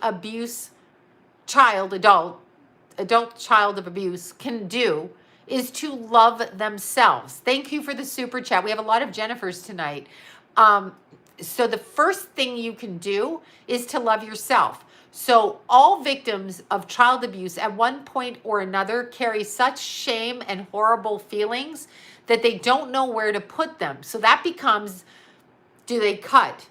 Do they drink? Do they drug? What do they do? What do they do? Right? So you have to love yourself. I want all the people who were abused to treat themselves like you would treat your neighbor, treat your child, treat somebody that you love. So you have to actually, and I would say, I would say, because this helped me from my childhood trauma, I came from the same background, This is exactly why I left home. I walked out at 14, but you put yourself in more danger because people can read it. You're a fucking victim on your head. Your energy reeks, okay? Your energy reeks of like, abuse me. I was abused. I have a trauma. Now come bond to it like that. You have to get rid of that. So the way complex PTSD, absolutely. Jumps behind you. People, absolutely, is exactly. People used to walk behind me and I would jump like this. Like I'm talking in my house, I would jump out of my skin. So the way that I handled it, and I'm saying this energetically, is I had to get my strength. It's taken me into my adult life, my entire life. And it just happened 2 years ago where I got the strength to set my boundaries. Problem is, children of childhood sexual abuse have abandonment issues. They are targeted by the opposite parent. They can feel something going on and targets the child because they can't understand what's going on. It's so insidious, okay? It's so insidious. So the mother, if the father's doing it, or the father, if the mother's doing it, the other parent will blame that child. It's insidious, okay? So the child has abandonment issues from that, just from that. Oh, thank you so much. Thank you for that. So there, look at kidnap, but drop back home.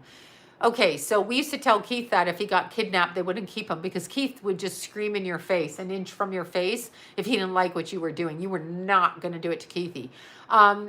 However, having said that, when little kids are little, no matter how tough they are, no matter what, they often don't tell, they often scapegoating. They don't do all kinds of things. So the way that I was able to clear my issues, okay, for me, is I literally started walking, going in nature, climbing every single day to ground my mind, okay? It's not that I don't go over... yeah, see, you're good. See, but Tracy, you took care of it. We're not talking about people like Tracy who takes care of it, and bravo to Tracy. We're talking about like trying to get over it as an adult. You have to understand, you need to do practices where you send the shame back. None of us are supposed to carry shame.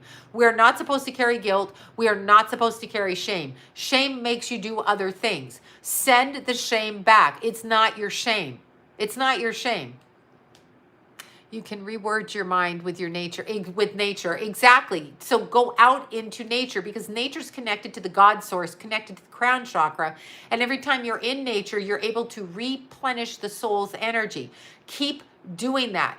Second thing is, I learned, okay, this sounds weird, but I learned that a lot of people use their drinking as excuses and their drugs for their behavior. How often do we hear that? I was drunk. I didn't mean to run the car off the road. I was high. I didn't mean to do that. I blacked out. We hear famous people say, I blacked out. I punched her in the face. I'm sorry. So one thing I did in order for self-care and self-love was to never allow myself to get in a position where I wasn't fully aware in my mind and fully present in the moment. I don't go back over the past. I don't go back over the past now. I don't go back over it. I'm talking right now and what's happened like most recently this year or whatever. But I'm not going to go back to when I'm 2 years old or 4 years old or 10 years old. I'm not going to go back there. I'm going to stay present in the moment. It's truly true. Anxiety is thinking about the future. Depression is thinking about the past. Stay focused right here and now. So if your mind's wandering to like when you were 12 and you were raped or whatever, and this person got away with it and people like them, at the dinner table, whatever, I want you to take that energy and look at become fully present. Take your shoes off and put your feet on the ground. What are you doing right now? Like right now, I'm talking to you guys on YouTube. I have a computer here. I have my lights on over there. I have my candles on over there. That is my present right now. So this is what I'm focused on. If your mind doesn't stop, I'll tell you how I cured it. Okay, I'll tell you how I cured it for me is resents me when I'm triggered and saying, yeah, okay. Yeah, if somebody resents you for being you, get them out of your life, even if it is your husband. And tell your husband it doesn't matter what he thinks about what you feel because you're entitled to your feelings. So tell that man to back off. Anyway, one thing you can do if your mind works, and I had to do this during my kids because I had postpartum and all that garbage on top of trauma, on top of trauma, on top of trauma. So, depression, trauma, all of that. Could hardly get out of bed for several years and always laid on the floor. I always had to lie on the wood floor. So I had to rip the carpet up and like lie on the wood floor. So what I learned, because I could never sleep, okay, I had a breakdown after I stayed awake for like 2.5 months after Keith was born. And so I had to go to a psychiatrist who had to prescribe me sleeping pills because I was literally out of my mind. They call it a psychotic break. I have had several in my life, okay? Childhood trauma, psychotic break brought on by stress in my home at the time that I had the psychotic break, okay? So I've been there. I get it. So what I started doing, I don't think Moldavite can make you lose your mind. I'm just saying. What I started doing, because I could never sleep. So I had to tire myself out, okay? No, everybody knows this story. I'm not saying I'm sorry. I really did. My whole marriage was plagued with my having nervous breakdowns. I didn't drink, I didn't smoke, I didn't do any of that. I had complete mental breakdowns. So when you're having those things happen, you have to acknowledge what goes on. So I literally would run. After Keithy was born, I was doing probably 13 miles a day, just like in the morning, okay? And then doubling it up in the afternoon, and then I could sleep. So the first thing I had to do was to sleep. Remember, protein, this sounds weird, vitamin B, protein. So I ate eggs. That's all I could eat because I really couldn't eat because I had such anxiety. Then exercise so that I could sleep, all right? Then staying mindful in the moment, okay? It doesn't matter if you have wrist scars. It doesn't matter. It doesn't matter. Tell them they captured you at a rodeo and, you met a cute cowboy. Tell them that's where the scars are from. It doesn't matter. You do have to kind of wear yourself out so you can sleep. And I also have, for my entire life, understood that exercise is the most important thing in your life. And it doesn't matter if you love somebody, okay, and you're in a relationship, whether it be a parent, a child, a husband, a wife, it doesn't matter. If they make you crazy, where it's toxic, you need to actually remove yourself from that. And you need to practice self-love in the moment. What are you doing in the moment? Dancing is another one, saves your life.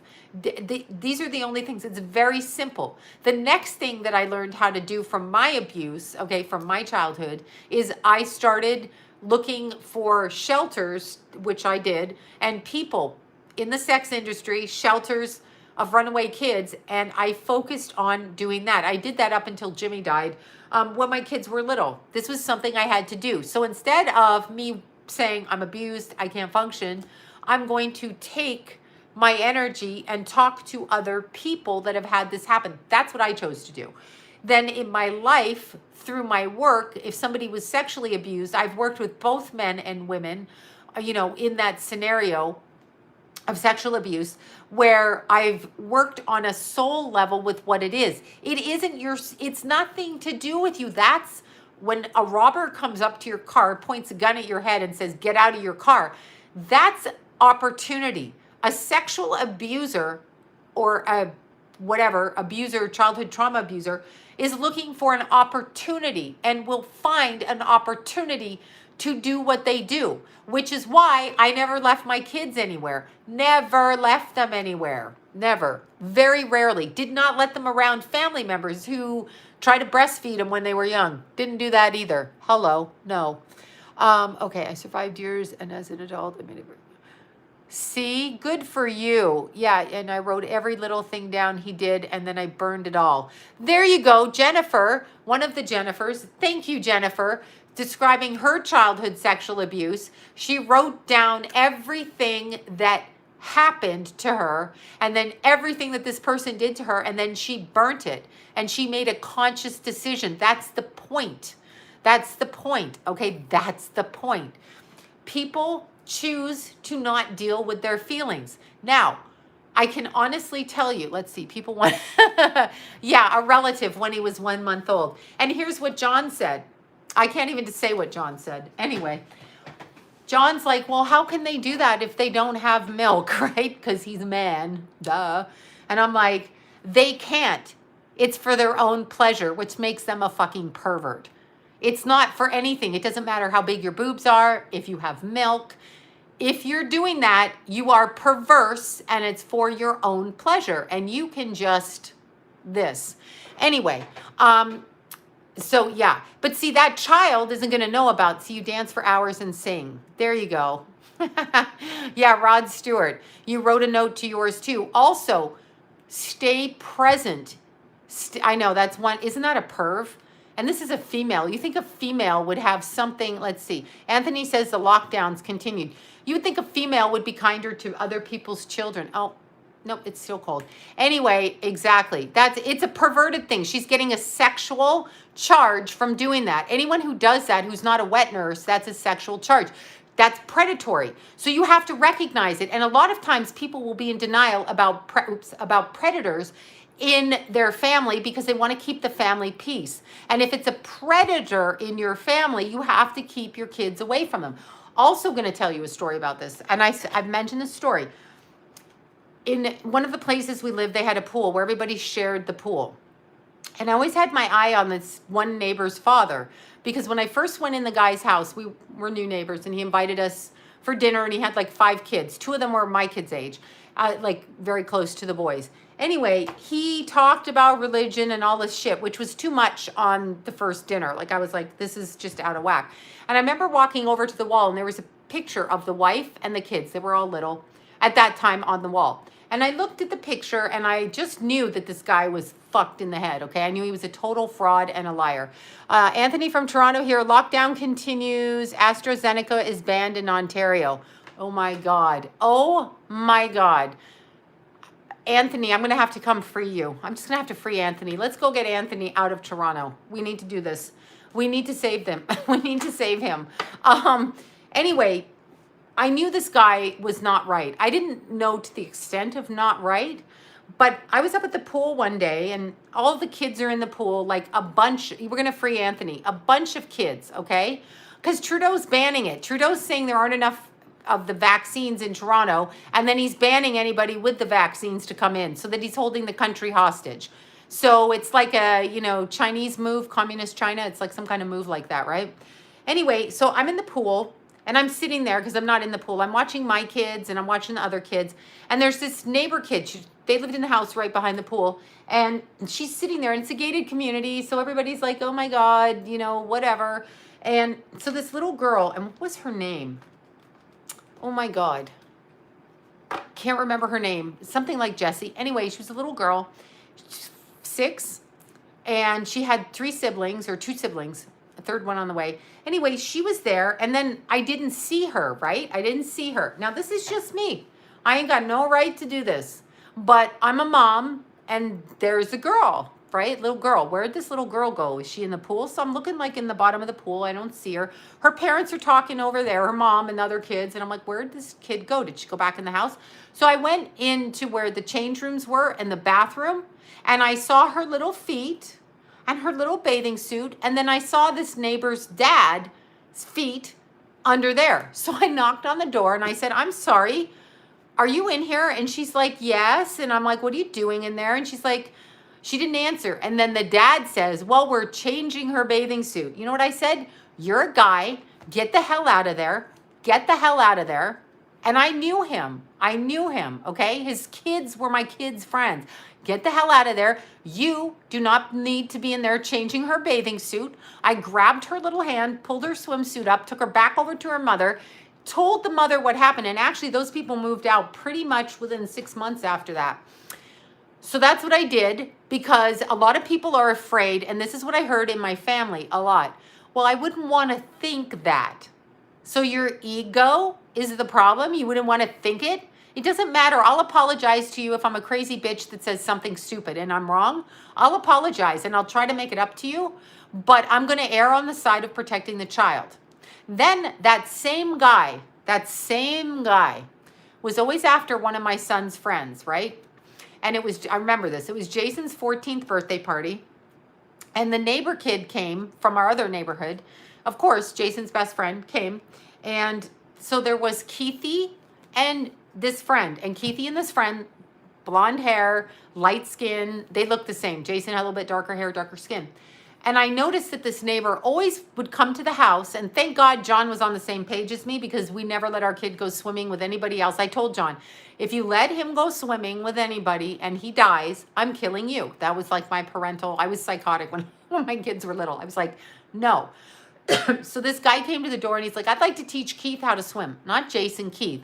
So he had a preference, appearance-wise. Understand, if they want to take one kid, there's a preference, okay? Or all boys or all girls, there's a preference. So John told him no, right? And, you know, oh, Sloan wouldn't like it. Meanwhile, Sloan's at the top of the stairs listening. He's like, yeah, Sloan's not here. I can't reach her. She would never agree to it. We have to communicate the, you know, whatever. He just dumped it on me, but I was actually listening. And then he shut the door and he's like, you know, whatever. And no one asked this guy to teach Keith to swim. By the way, Keith could swim. So I knew he liked little blonde boys. So it was Jason's party. His two kids are in the pool. Two of his kids are in the pool. My boys are in the pool, my Keithy and my Jason, and it's Jason's party, and there's 14 other kids, 15 other kids in the pool, right? Me and Lori are watching the kids. My other friend Lori, we're watching the kids. Jason's best friend, I'm not going to say his name on here in case he's watching, he's there. This dad went up, targeted that little kid, which I had told that kid on the way up to the pool. I said, if so-and-so asks you to leave the pool, you are not to leave the pool. I cannot leave 14 kids in this pool and do that and then chase your ass down there, right? Sure as shit, this dad comes up, targets that kid, just like I knew. That kid's walking out the gate. I'm like, hey, so-and-so. He's ignoring me. The dad's like, come help me get the toys. I'll give you a toy for the pool. Meanwhile, his two kids are in the pool, okay? So here's me. Jason, I don't know where he is. I mean, he's swimming under the water, not paying attention. Keith is looking at me. I go to Keith. Go down there. Keith was younger. Okay, those boys were 14 and 15. Keith was 3 years younger. I go to Keith. Go down there. I go, get that kid out of the house right now. Keith put his shoes on, runs down there. I said, if you're not back here in 10 minutes, I'm going to kick his ass. Go get stupid kid down there and go bring. So Keith brought him back. I had to send them because I couldn't leave a kid watching other kids and have a kid drown, right? There were only 2 of us and too many kids. My point is, okay? No, that's true. That's what happened. My point, and then people said I was paranoid. I was paranoid in every neighborhood, but I can see it. I can just see it, okay? I have pedophile radar. It doesn't matter what you say. And later on, I heard from the other neighbor that this dad was doing this stuff. I knew it. I just knew it. But I'm never going to let a kid go off with an adult that I don't know, and I'm just never going to do it. Another time in that, see, we shouldn't have gone in the pool. Another time in that pool, there was a woman, and I watched her teaching one of Keithy's friends, Keith and Jason's friends, how to swim. He didn't know how to swim. So the kid would come in with us, and then, you know, he was old enough to swim on his own, but he didn't know how to swim. So I would tell him to get out on the side if I had to turn my back or whatever. Anyway, he was in there when I came back. I think I had to run to the bathroom. He was in there with her, and she was holding him like this, and he was kicking and doing stuff. He used to just go, this is in the deep end. I saw her touch him in a way, and of course, I threatened to beat the shit out of her. She moved out after. I was like, get out of the pool. Anyway, it's just very fucking wrong what goes on in our society, and the fact that we don't say things as people is super, super wrong. So I would encourage people who have been sexually traumatized as children, regardless of who it's from, whether it's a stranger, whether it's somebody you know in your family, whether you have memory of it, you're probably reacting to it. A lot of people react to their sexual trauma through their relationships. They pick awful relationships, violent, abusive, alcoholic, drug-addicted relationships. They do that, okay? They do that. They pick people who are sexually violent with them.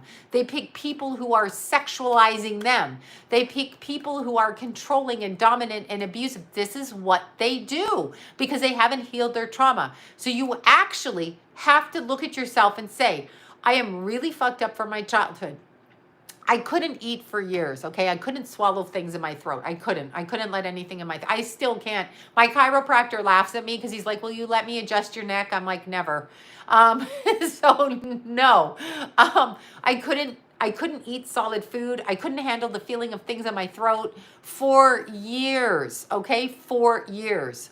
So I had to literally go to therapists and do behavioral therapy to learn how to eat again, because I couldn't even do that. I had such a nervous breakdown.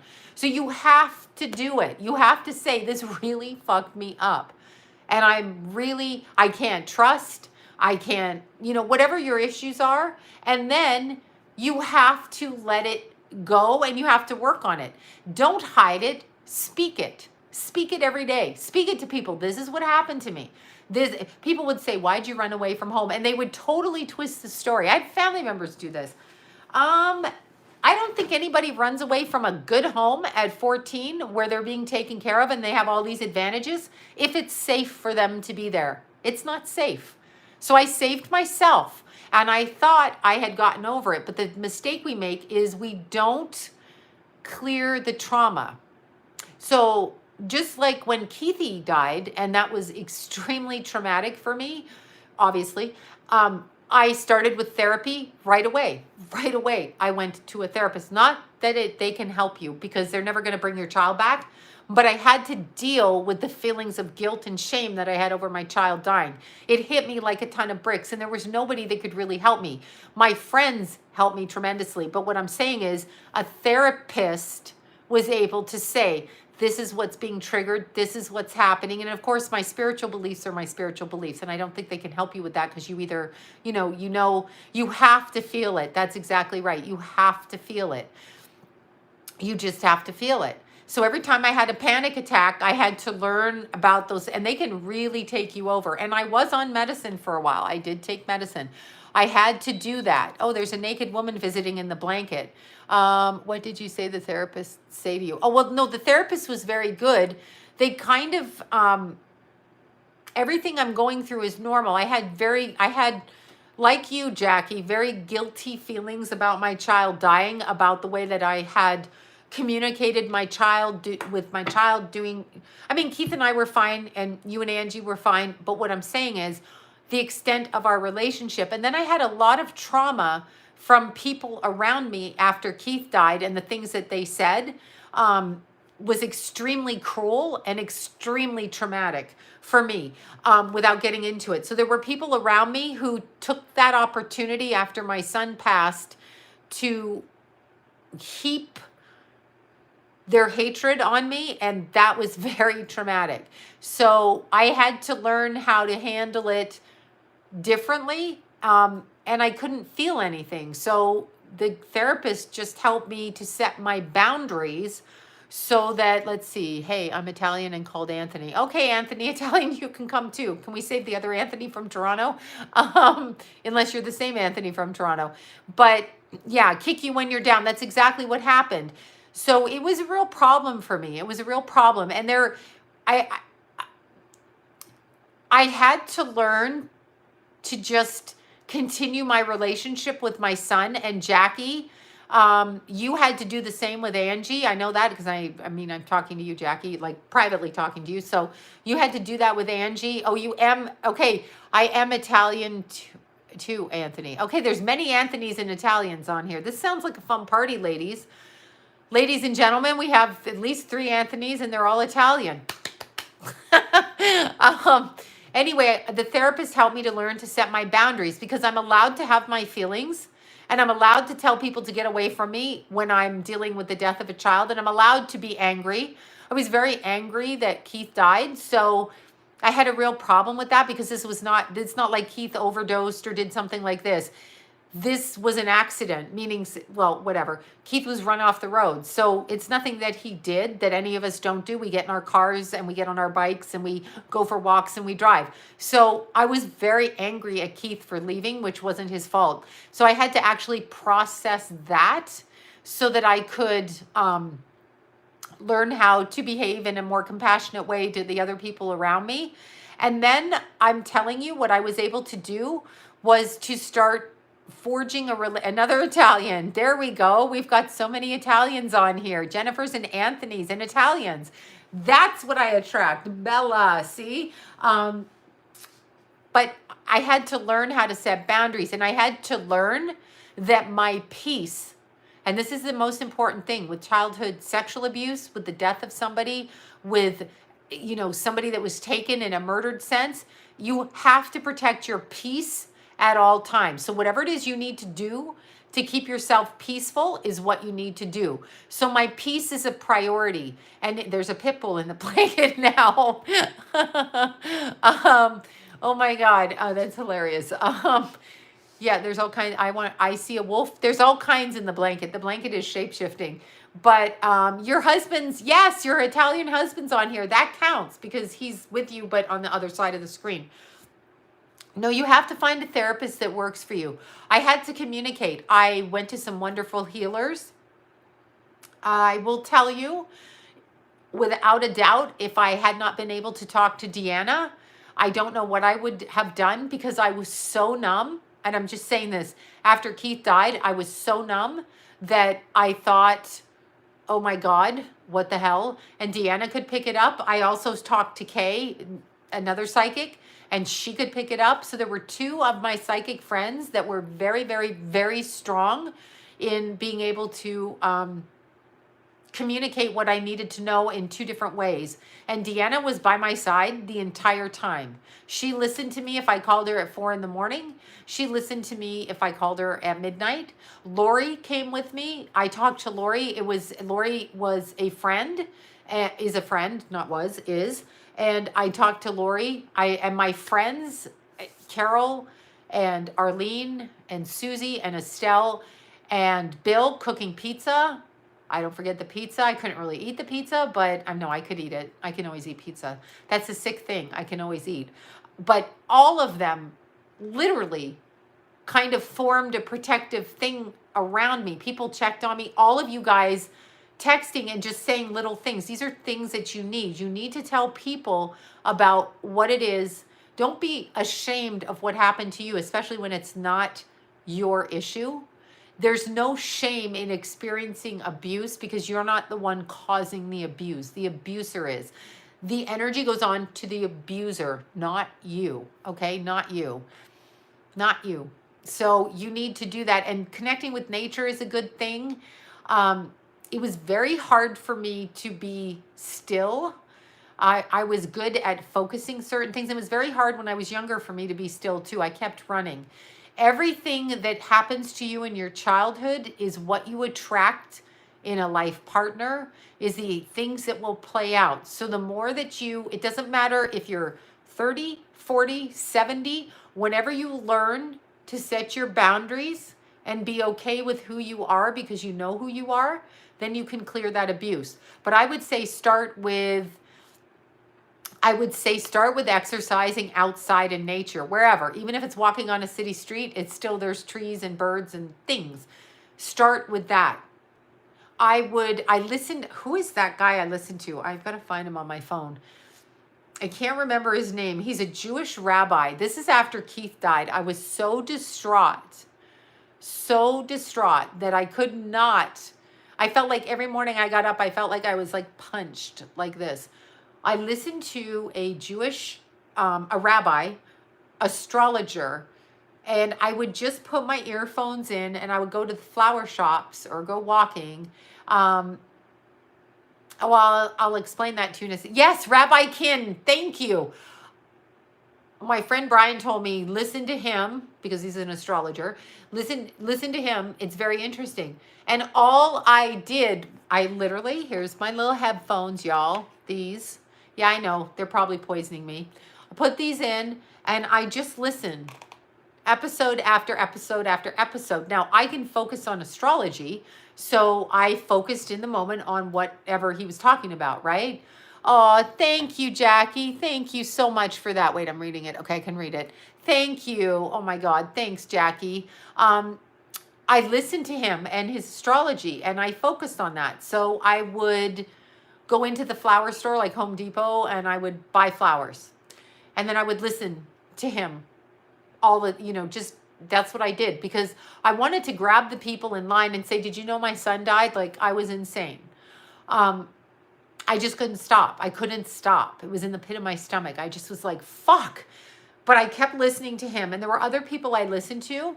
And then what I started to do, I was very lucky. I could call any of my friends at any time and say, I'm having a really hard time. My son died. And they know this, of course. And that's it. Within a month, let's see, Curious George blocked for spamming. Good. Fuck that guy. And then about a month after Keith passed, I said, you've got to get up and walk. So I just started walking again. And then I started planning harder climbs. So that's when David and I went to, no, I wear 2 bras out running. So yeah, I run, I wear 2 bras. I grabbed David. I hadn't told David my son passed. And then we climbed to the top of San Jacinto and I handed him Keithy's ashes. And I said, hold those till I climb the last rock. And then we let go of Keithy's ashes up there. And then I let go of them at the front of the tram. And that's what I did. I started celebrating my son after that. So I had to really change. But if you're talking about, yeah, I wear 2 athletic bras on top of each other. No wire, just 2. And it's suffocating actually at times. But when it comes to childhood sexual abuse and the trauma, no, it wasn't. It's not easy, but what are you going to do? What are you going to do? I want to take care of the energy of my child. So for me, that's what I wanted to do. I also, no matter what happens when you're abused, the child takes on the abuse as if they're the person that's the piece of shit.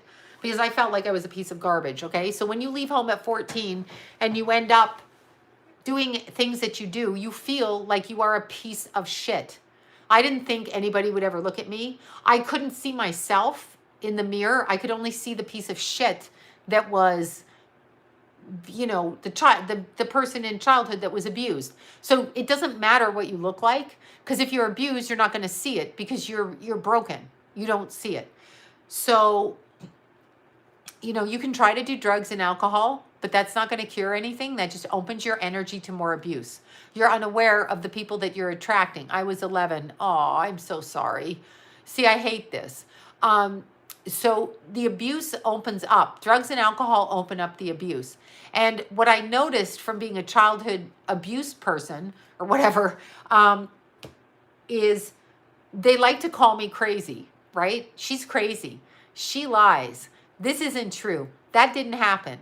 I even had people tell me stuff in my family that never happened, and I produce a picture of it, okay? I had people tell me, oh, I met your family member. They don't seem like that.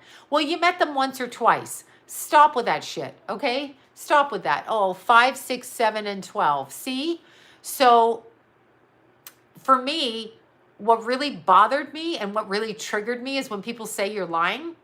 So what I had to do is I had to learn, and this is just something I learned. And again, I'm going to bring up Deanna and I'm going to bring up Lori for both of these girls. But when something happens to me in my adult life, I tell somebody while it's happening.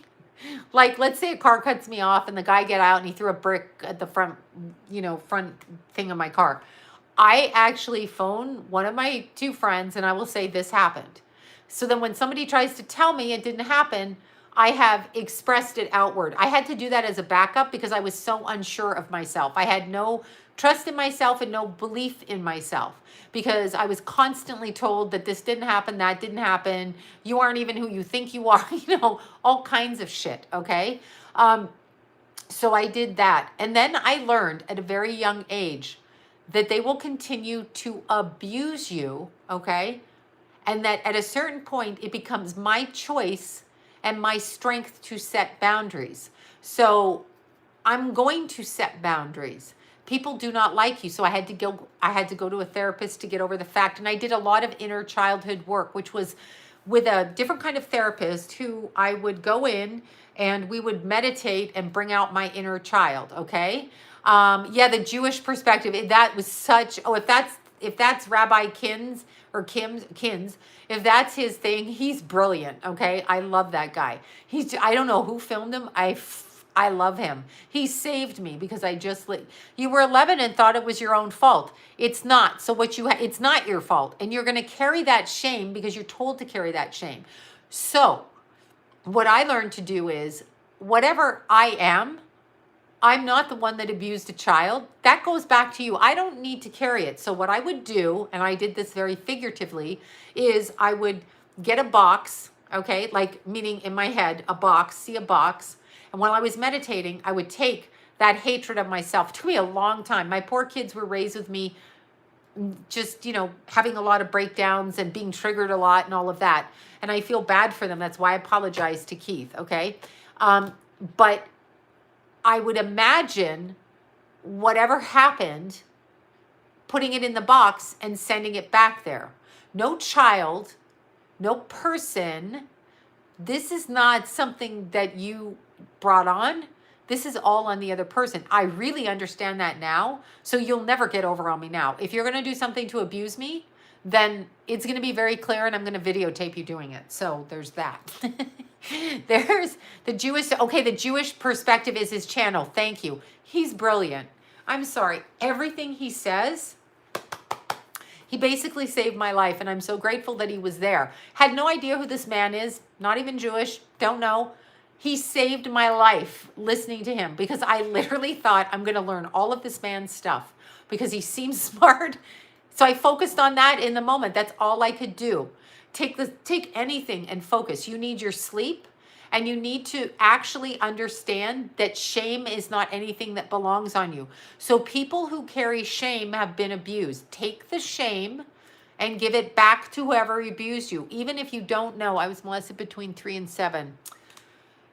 Okay, so take that shame because you're going to carry that person's shame. When they're doing things like that, they are steeped. You were 10. You were, let's see, left home at 17. When I'm so sorry for everybody on here. And here's another thing though I'm going to say. The reason that childhood sexual abuse makes a lot of people psychic is because, a domestic violent father. Yeah, I know. It's just, whatever this planet is, it's not a good place. Child sexual abuse opens up your psychic skills because just think of being a 3, 4, 5, 10-year-old child and you've got somebody who's on pills and drinking and drugging or meth smoking or whatever the fuck they're doing, right? Or they're just bipolar in their personality and they come in the house and you never know what's going on, okay? You never know what's going on. You have to use all of your other intuitive senses to be able to facilitate what's going on around you to save yourself. I wrote a 45K story. Okay.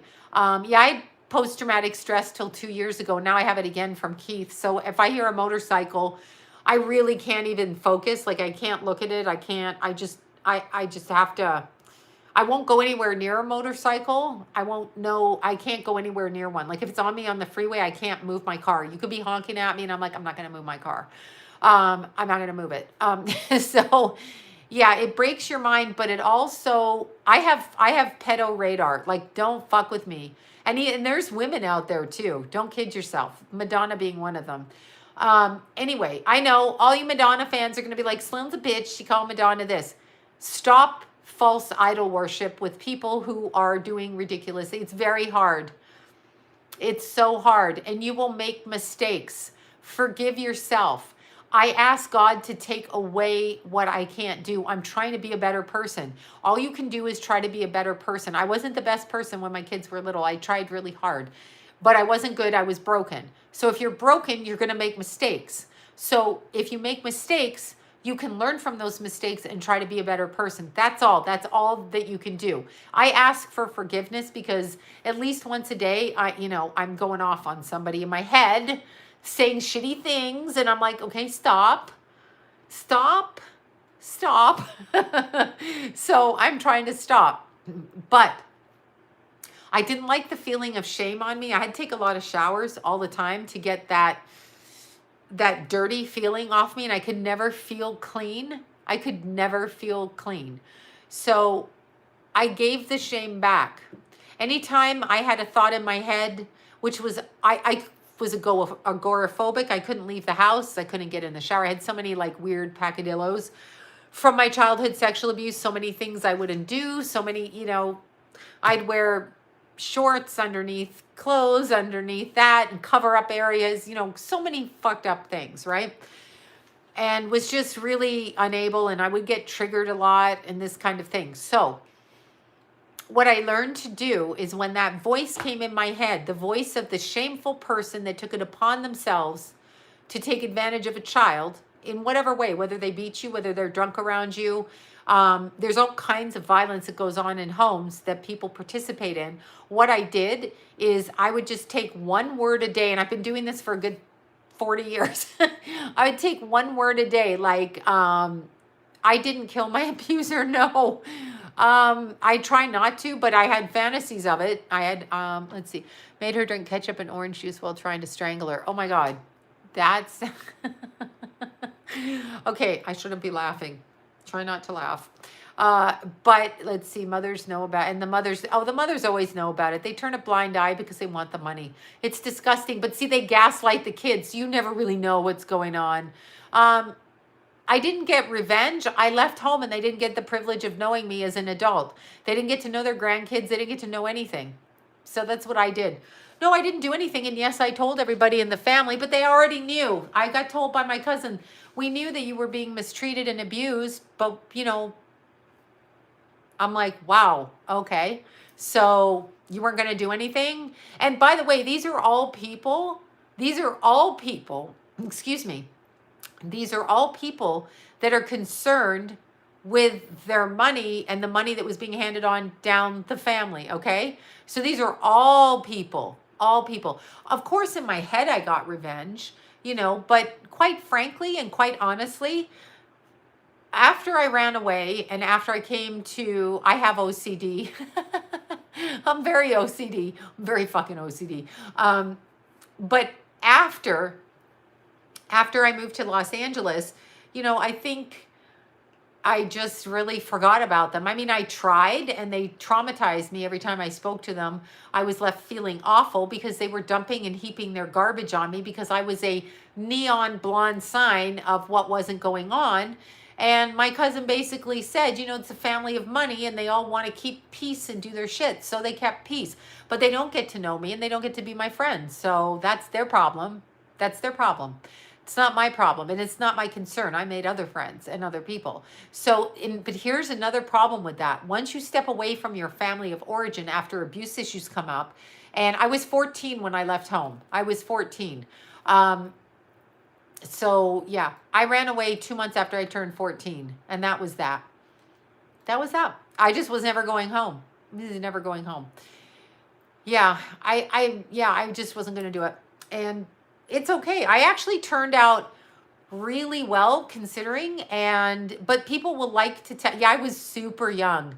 Super young. I used to eat ketchup packets as food. You could always get them out of the restaurants. Not anymore. I don't know what the homeless are going to do with that. You can make ketchup soup. Get some hot water out of a restaurant and put ketchup in it. It was like sugar and soup, tomato soup. But you know, whatever. I did it and I was able through my life, and I wouldn't change that experience. I went to the streets, actually. Went to a few friends' house and went on the streets and that kind of thing. Then I was able to strip. I started stripping basically underage, and I was able to make money, and then I was able to get a studio place to live, and then I was able to harbor other people. So I was like the house where everybody went to kind of thing. So I went in and out of that kind of, yeah, children are always damaged, but I wasn't really scared. I was still trying to befriend my parents, and every time I talked to them, I was told, you know, it's your fault, which is what abusers do. Either that's what they, oh yeah, my mom used to look for me. Yeah, the police looked for me. I got caught a few times by the police. Yes, the police looked for me. Well, because you reported truant, but at a certain point, I mean, they didn't make their effort to come look for me. I mean, nobody made an effort to travel to California to see me. Nobody made an effort to call me on the phone. So they never did call me. I called them. Like, I'm talking 30 years, you know. So that just tells you they weren't interested. So sometimes we have to accept that we don't get the family that I could outrun them. I know, right? I know you could outrun them. I know. Sometimes we don't get the family that we want. We don't get the lovers we want. We don't get the children we want. But that's a misconception. Nobody said you were going to be born and get the life that you wanted. So we all have this sense of entitlement. Like, I'm going to get married. It's going to be better. Marriage will not fix a broken person. Marriage will only bring you a partner who puts a flashlight on your brokenness and bubbles it up. And they have their own brokenness or they wouldn't want to be with you. So it's You know, you just have to recognize that. So I kind of learned, and I was very lucky because I met people in my, um, yeah, Huron Heights. There you go. I did go to Huron Heights. That's when I was in the group home. I was in the group home. I was in the Lovelock group home for 8 months. And I went to Huron Heights because I got kicked out of Newmarket High School and I got kicked out of Williams in Aurora. I was a little bit mouthy, but I went to Huron Heights, yeah. But I ran away from Huron Heights. Was it Huron Heights? Or was it Williams? No, I'm sorry. I ran away from Williams. In Huron Heights, yeah, I did get kicked out. That's right. I did get kicked out. I always got kicked out. I opened my big mouth and I would be like, la la la la la. I would do stupid shit like, you know, try to sneak off and then run right into the principal with a cigarette in my mouth, you know, smack right into him. And I'd be like, oh God, I'm caught. And so I would do that. You know, just stupid childish set. Yeah, some people are compliant. It depends on your personality, truthfully. It depends on who you are. Something in me just didn't think that I had to do what you said I had to do because I just didn't think it. I don't care who you are. So no, everybody has shit. My shit isn't as bad as half the people's shit I talk to. We all have shit. Yeah, I know. I just couldn't listen. I just couldn't listen. I think the greatest thing though in my life, always in trouble for my mouth. Always. Wasn't even swearing really then, you know. Just like, you know, doing stupid stuff. But I would say for me, thank you all for the super chats. Every single person. If I missed you, thank you for that. Yeah, no, a lot of us I grew up with a group of kids like this, but what I can honestly say, honestly, choice A, running away, okay, even though you're reacting, that's called reactive abuse. So when you understand, because I had this horrible temper, smoking in the choir loft, there you go. Everything with the cigarettes, right? When you strike out, so it's like you're a vicious person and you're an angry person, you can have complex post-traumatic stress disorder. You can also have reactive abuse. So if you are being abused by somebody and they're constantly triggering you, like if you bug a little chihuahua, it's going to go like that. So often what an abuser will do is get you to react so they can point the fingers. Look, she's crazy. I didn't realize that was going on with me my whole adult life. I did not realize it. So my greatest regret actually is that after I left home, I didn't go to therapy right away and I didn't understand what had happened to me.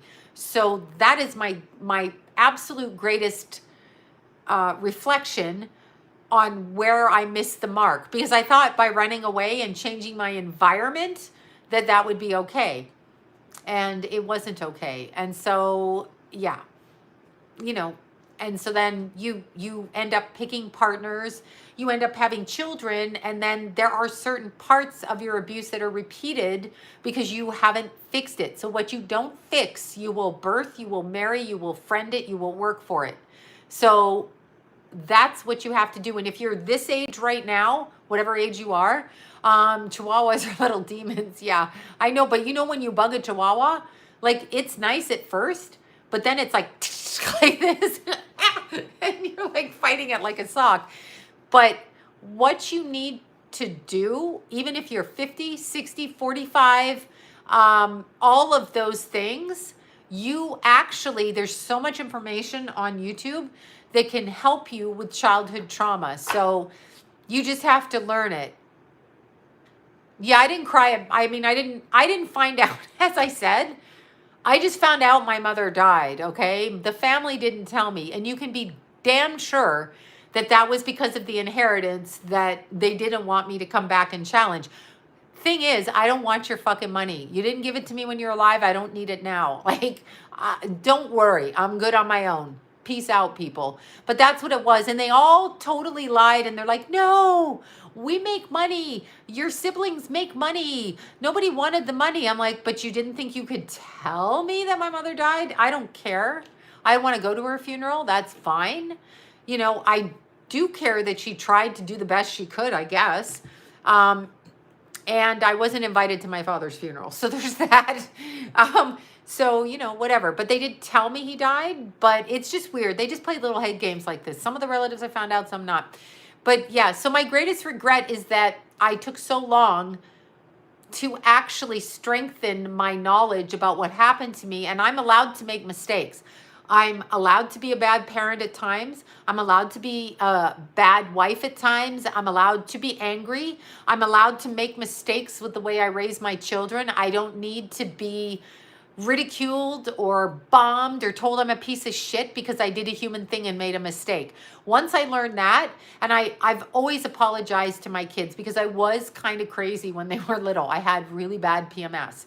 So if you looked at me sideways, I was going to rip your face off. And when they were 13, they harassed me. And I'm not going to deny that I didn't take my nails and grab Jason's legs and dig my nails into them, because I did. Anyway, I've apologized. So I've tried to do the best I could and not do it. So I really tried to make amends with them as they got more mature. But I would say you're going to make mistakes. You're not going to be perfect. You're not going to be perfect. And if you allow someone in your family to target you because of your mistakes and trigger your old wounds and your shame, you actually have to step away from that person, even if you love them. And it's their fault that they can't learn how to relate properly to you and to actually help you. So the fact that they're then continuing a cycle is their problem, not yours. So that's just what I'm going to say. Yeah, I'm trying to be a good mom. I was always told in my marriage I wasn't a good mom. I was told that constantly by their family members. So it was a real problem. It was a real problem. It was a real nightmare because, but see, I would, as I said, yes, I stalked my kids, and I was really wanting my children not to be addicts or alcoholics or to do drugs, and I didn't accept it. Now, you have to make sure in your life that you align yourself with people that are like-minded and think like you, okay? Because if you marry somebody or you date somebody, okay? No, they always told me that. If you marry somebody and you think it's no big deal if they do, this is why we have to focus on our own journey only. That's right. You can't make anybody change. But if you marry somebody that's okay with, say, cocaine, and they're okay with it, and they think that everybody does it, and they think that you're crazy, no, people aren't sober. Not everybody's sober. Oh, my children are turned against me. Believe me, you have no idea how my children were turned against me. My children are so turned against me that I'm not even going to say it. But anyway, yeah, they were turned against me, and that was a problem when Keith died. So I was learning to take my power back. But if you marry into a family where they go against you, whatever it is, they don't like the way you look, they don't like the fact you're sober, they don't like the way whatever it is, and they tell your kids the opposite, they're going to fuck your kids up. And if they go behind your back and say your mom's a whore, okay, which was said to my kids, your kids are always going to think you're cheating. No, I know people. No, I am literally saying at family dinners, let's see, I have boys and my oldest is like your Jason. Oh, God bless you, Kimmy. Kimmy D. Yeah, I don't know. Oh, there's Andrew. Where the hell have you been, Andrew? I haven't seen Andrew for a long time. I'm not on Facebook, Andrew. I got kicked off. I got kicked off of Facebook. I got in trouble for posting a CNN thing on Facebook from the TV, okay? I got in trouble and it was false information. I'm like, but it's on CNN. I know, I was booted right off. Off you go. They can take this. This is what Facebook. Yeah, shocker. I know. Oh, you're in Facebook jail too. Your son is like Jason. Well, I love my Jason tremendously. But what I would say is children of abuse are targeted, okay, for anything that they do that isn't in agreement with the abuser mindset. So you are targeted. So as soon as you try to stand up for yourself, you're going to be targeted. So you have to put on your armor energetically, and you have to actually connect with God and say, even if you call me, I don't know, whatever, and threaten me with whatever, I'm going to take these steps. You have to do this. Yes, it's good. Where have you been? I haven't seen you. I was thinking about you the other day. And you popped in, Andrew. I was just thinking about you. Yeah. Oh, children of abuse are constantly targeted, and they're projected onto by other people, which is a real problem.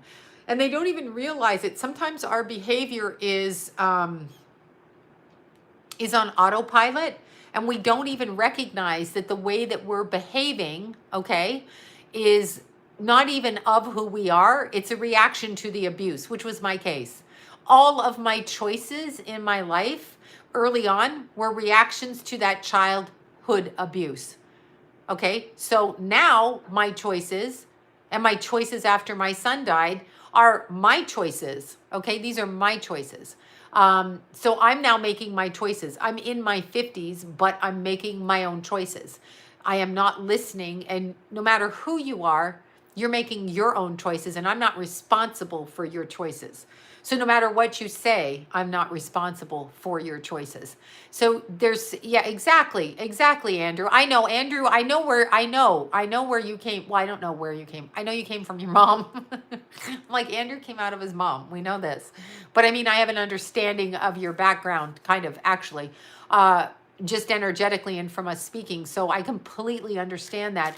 And there's you have to stand in your own power. And it's debilitating if it's within a family unit, because you may lose contact with family members. So there's all kinds of things, but in the long run, and it's true, as long as you come with the intention of trying to do your best and not to cause harm as you go along, which is why I try really hard not to exact revenge on people. Although I will admit, I will call up people and go, I just want to fuck that person up. But I can't. So I just can't. I just can't. I just can't. So all I can do is keep expressing it. And if a person is going to destroy themselves because they want to put the blame on me, or I did this, I'm going to say this is what I'm going to say. That's your opinion, but that's not who I am. And I know my intentions. I have regrets. I pretty much regret every choice I made in my life, starting off way back. I mean, whatever. But I just feel like you have to put your best intention forward. And my intention always for my children was what they don't get sucked into drugs, alcohol, and money whoring. Just going to say we have a family history of money whoring. So I didn't want my kids to do that. I wanted them to align spiritually. I wanted them to be good people without harming other people. And I just wanted them not to destroy themselves. So yeah, the drugs, I know. The drugs are terrible. If you have anybody in your family that is an addict and they're around your kids, leave them. Well, if you have abortions, sweetie, the children aren't here. That's a choice. Jason is a little hornet. Oh my God, isn't he? This is Jason. You're like, how are you? Like that. He has reactive abuse. He doesn't even know it. He has post-traumatic stress disorder, and he doesn't even realize it. So I can't explain it to him because he thinks he's justified in being a little hornet. He flies around with that stinger. But he can sting me all he wants. It's not going to make me not love him. So he's trying to make me not love him. I'm going to love him. So he can sting away. Sting, right? So no matter what. Keith was less of a stinger. He can sting away. He's not going to stop me from loving him. I'm his mother, period. And he's a little hornet. Yeah, no, he's hurting. I think, truthfully, there's things that happened all the way along a few years ago when Jason was 21, and I honestly have thought he's having still a reaction to that. We had a home invasion robbery, and I've told you the story, and Jason was the one that stopped them at the front door, but he had a gun pointed at his head, and the trigger had been pulled. These idiots thank God that they were idiots, put a wrong size bullet in the gun. But Jason actually had to protect it. This is in broad daylight. Had to protect his father, shut the door, and then John had to come out the door and literally headbutt, which is hilarious. There were two of them. The other guy was coming back with another gun, but it was a home invasion robbery. And so they'd done like 4 of them in the neighborhood. And so I actually believe that, and I shouldn't be talking about Jason, but I actually believe that he probably is having some reactions to that. So yeah, they all call Kenna they call Kenna Sloan because Kenna tries to uplift without encouraging drug or alcohol stuff. And so, she gets yelled at too. But Kenna is trying to do the right thing by everybody too. So she's trying. She's a young woman and she's trying. So yeah, sometimes men are weak. Sometimes husbands are weak and sometimes drug addicts are weak in your home. So that stuff happens. If you're, yeah, I know Kenna is good for Jason. But you honestly, let's see, slow my mom. Oh, I'm glad. Advice for recovering addicts: you recovered. If you recovered, tell everybody that you don't do drugs anymore. Tell them what you notice about being fully present in your life. Tell them about everything that you see, because I'm going to tell you something. Completely sober, when Keithy died, I didn't even get to tune out.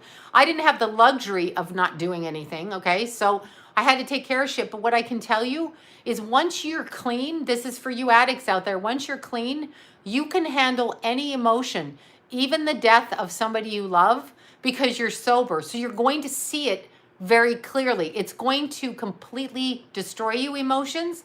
But now that you're sober, you can see everything. You can see what trees look like. You can see real people. You're fully present. You can elevate your energy. You can do so much. Recovering addicts, let's look at this in a different way. A recovering addict is like a recovering 10-year-old. In other words, you're not going around going, I'm a recovering 10-year-old. I had problems when I was 10. You're now 30 or whatever, 25, 30, 40, 50, 60, whatever it is. You are that. So here's what you can say. I'm fully present and sober. I see. That's what you say. You don't even have to say you're a recovering addict. You're not an addict anymore. You're recovered. So you can talk about that, but oh my God. Bravo. Keep strong. Make a commitment to God. I never thought, when I used to hear AA and they're like, in God we trust, I used to think, oh, shut up. Not everybody, blah, blah, blah. But when you think about it, if you are truly connected to your source, God source, okay? God source. If you're truly connected to that, right? You're going to connect to the essence of your temple, your body, your soul. You're going to recognize that you don't want to destroy yourself, because this is who you are. This is the essence you vibrate. You vibrate beautifully and eloquently and different, and you can execute your life in a positive direction because you are sober. You may see shitty things. Things may make you cry, but you don't need to get high anymore or do drugs or drink or whatever. You don't need to do that. Sex addicts, whatever it is. You don't need to do that. So enjoy your life. There's little things. When you see a person in public, take a moment to talk to them. Like, you may not have talked to people before when you were high or drunk because you were on a rampage or whatever. Connect with a person. Get yourself a pet. Grow some plants. Put a chime in your window. Run every morning. Exercise, walk, bike, drug, right? Oh, drugs is a total trap. Alcohol and drugs, total soul trap. You're 100% right. The fact that whoever here, thank you all for the super chats, you guys. The fact that you guys have literally stopped your drugs and alcohol, you have elevated yourself to a level where you're going to be able to see what's in front of you. That's brilliant. Clap, applaud yourself, get your nails done, do your hair. Buy yourself a beautiful purse, buy some shoes, buy a puppy, look after somebody's cat, visit your neighbor. Do these little things and invest your energy in talking to those people. Because maybe now that you're sober, you can offer help to somebody who's really struggling with something else. And that's how I would say. If you like to have occasional drinks, have an occasional drink. I'm not talking about anybody who's like in what do you call that? Moderation, obviously. Yeah, so bright. You see when you're sober. You can see. Nobody can fool you. Yeah, that's exactly right. Being sober is setting boundaries. Do anything, 10,000 steps a day. That's 5 miles. You can do that. You know what I like doing? This is this crazy thing I like doing. 7-minute workout, which is not a workout, but it's like this girl. What is she? The Fitness Blender. I think her channel's Fitness Blender. So She does, okay, so she goes, okay, so you gotta move. So then you do jumping jacks, you do lunges, you do squats, you do arm things, you do push-ups, you do planks, all in 7 minutes, all for 30 seconds. And then that's like a full body workout. Then go do your 5 miles. Exactly. Trauma release exercises. Wonderful. That's what I'm working on. I'm trying to work on, yeah, no, I don't do drugs. I wish I did. How about that, y'all sober? I wish I did. Then I could tune out, but no, I don't. I'm not saying I didn't up until I was 20, but after that, there was just no need. I don't need to do it. Why? Why do I want to do that? I don't want to do it. Can't stand talking to people that are drunk or high. They're stupid. I mean, no offense to them, but have you ever talked to people? No, they're dumb, and they don't love themselves. So the first thing I did when I grew up was learn to try to start. I tried to start loving myself. So you don't put garbage in your body if you love yourself. I don't put garbage on my face. I don't put garbage in my hair. I don't put garbage on my body. So there you go. They are when you're straight weight. Yeah, all of us have been through a lot. Let's see, my dad was stupid and drank every day. Drugs are chaos causing for sure. And the amount of abuse that comes from alcoholics and drug addicts is outrageous. Outrageous. Drunk men assault me. Oh my God, don't they? Well, drunk men are weak. You know that. Men that drink are weak. They're really weak.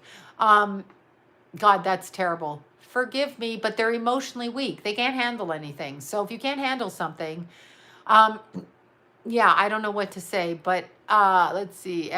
Problems with the alcohol. Exactly. Feed the kitty. I don't know what okay, whatever. Give your cat a hug for me. Okay, somebody feed the kitty. I hope I'm not, whatever. Yeah, well, I mean, if you have to tune out because you can't handle emotions. Oh, alcohol. Alcoholic people, from my experience, they'll go out and drink and they'll come home and come around you, and you may not see them like falling down drunk because they're not like new drinkers, and then they come into your house and they start doing shit and you're like, what the fuck? Drunk. Let's see, Dawn is gone. Oh, to feed her cat. Okay, good. I thought it was like a crotch joke. Feed the kitty. Oh God. See, I go to the most perverted thing I can think of. Yeah, alcoholic is a depressant and it's just terrible. But when feed the kitty, here you are, people, feed the kitty, but she really meant feed the kitty. I know, I started to say it. I'm like, wait, they're very mean. Alcoholics are mean. They say shitty things that can't be unsaid.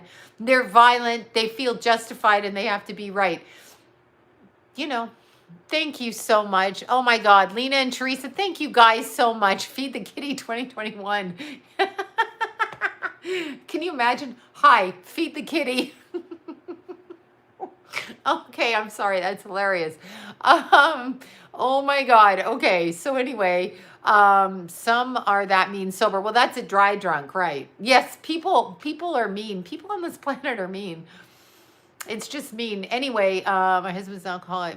Yeah, I know you can't make someone quit though. You can't make them quit. You can't make them do anything. You can't make them do anything. My mom worked, wait, oh my God, I missed that. I have a PayPal. It's my name, Sloan Bella. So it should be that. Oh yeah, the new moon. Aren't we in the new moon right now? We are in the new moon. Okay. Wait, who was murdered?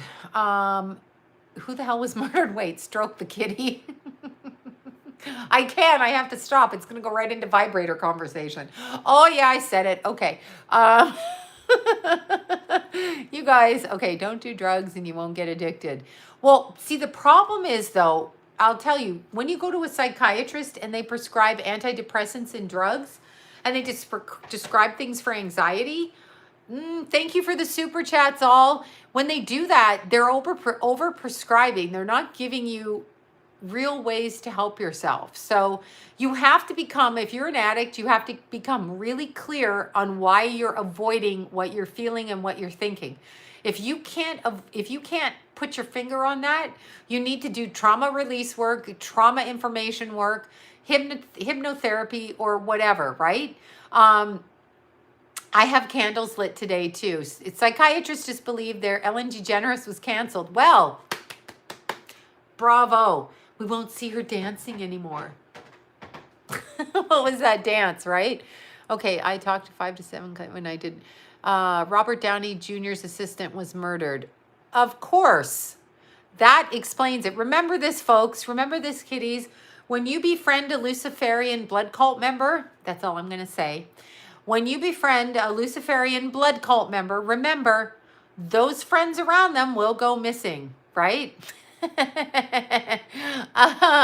Okay, you've got to build your collection, right? I play with my own doctor. Wait, I play my own doctor with the psychiatrist. Yeah, I analyze them.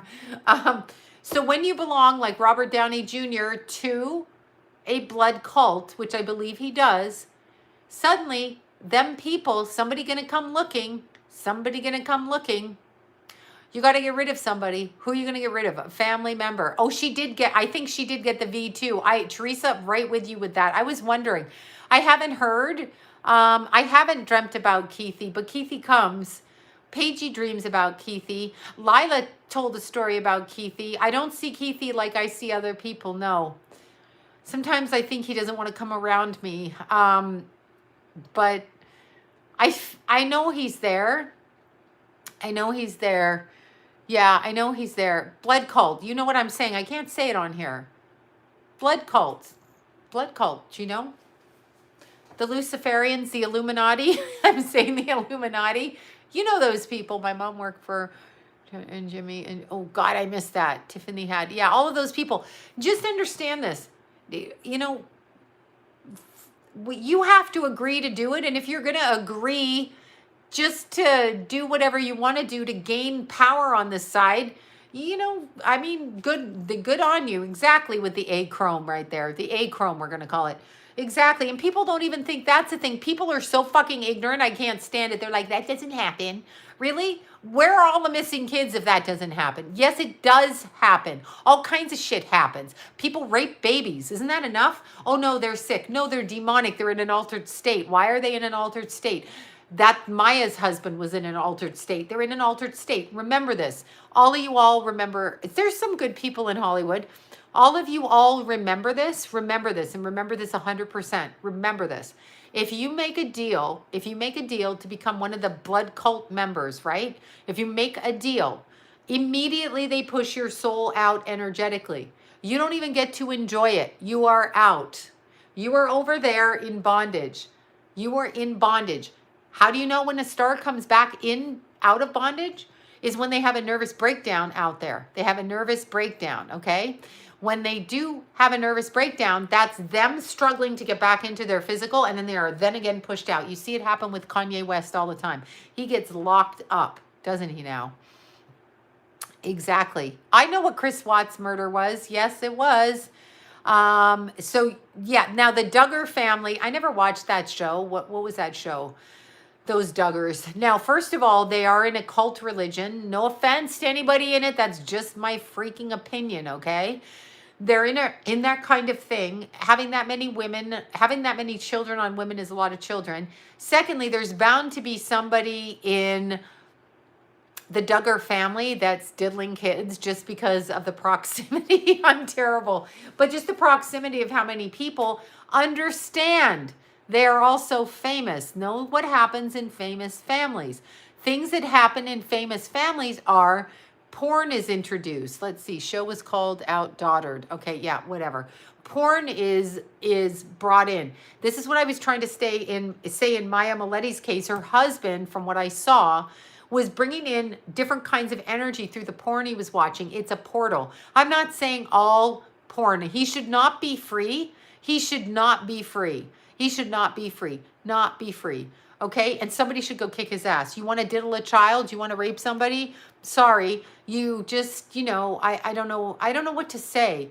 Duggar is on house arrest. Okay, at least he's on house arrest. Oh, yeah, that's right. If they're in LA, they're letting out all the criminals. Okay, porn, when you're looking at porn, some porn's fine, but it depends. Is the person in the porn, are they sex trafficked? Are they drugged beyond their, mindset? You're just using them for your pleasure, but what's going on with them inside of them? And what are they telegraphing through the screen? Because people's energy can jump through a screen. Once you say that, and then you open it up to all kinds of gross, disturbing, wrong porn, not just straight sex or, gay, straight, or lesbian sex, or whatever people consider in the mainstream, like no beating, no weirdness. If you go to the weird, okay, somebody sent me eggplants. If you go to the weird part of it, sacrificing, snuff, drugged, weird, bondage, cloaked, masked, like this, you are opening up a door. Okay, you are opening up a door. I'm not saying you can't watch something again, bestiality. I mean, if you're watching that and your mind is getting rewired to think that that's weird, okay? Like you're getting there to think that that's normal because you're getting excitement from it. Understand, the more that they put that into your psyche, because it's compulsive, so it's compulsively happening to you. You are compulsively doing it. You become compulsive, right? Once you become compulsive with it, they can just open a portal to you, and suddenly you're like, yeah, I'm going to do this. Exactly. Jim Bob is in, I don't even know who Jim Bob is. I'm so confused. Anybody named Jim Bob is probably a freak. Jim Bob. No, Jim and Bob don't go together. Little Billy Gates. Okay. Yeah, it's a real problem. So if, well, you're a good Jim Bob. I'm just like, that Jim Bob sounds weird. And I'm like, no, Jim Bob Duggar. Oh, the dad. Yeah. You know what was freakish? Jim Bob is a hillbilly. Okay. So that show, what was that show? Was it Swamp People? What was it? Or the Alaskan Bush People? What the fuck? Anyway, they're just, and I want you guys to understand too, in a lot of instances, we have people that don't even have human souls in them. We have energies walking around in host bodies that 50 kids, good God. We have people walking around in there's host bodies, okay? So bodies that host non-human entities, that demonic entities, however you want to say it, who hide behind human bodies, okay? So just don't think for a minute. We don't even know what we're dealing with, honestly. We really don't. Yeah, wait, the Waltons, was that Jim Bob, or what was that on the Waltons? Oh my God.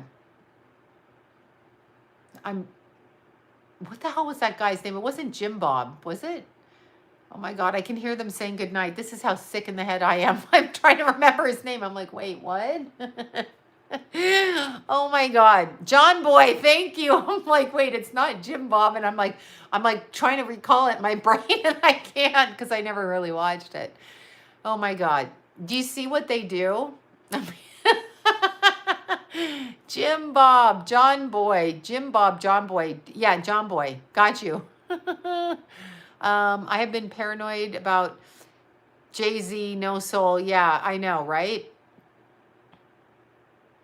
No, you're not absorbing them, but understand, the more of an alcoholic you are, the more of a drug addict you are opening your body to let anything in. And you don't have control over that. If you sell out for money, for fame, for power, for whatever the hell you're doing, you're pushed right out of your body right away, okay? You're pushed literally right the fuck out of your body. So you're not even going to enjoy it because you're not even there. Elon Musk included. If anybody thinks SpaceX is real, oh God, did I say that? Yeah, okay. SpaceX. What is that? Did you see that video, that SpaceX video? Did you see it?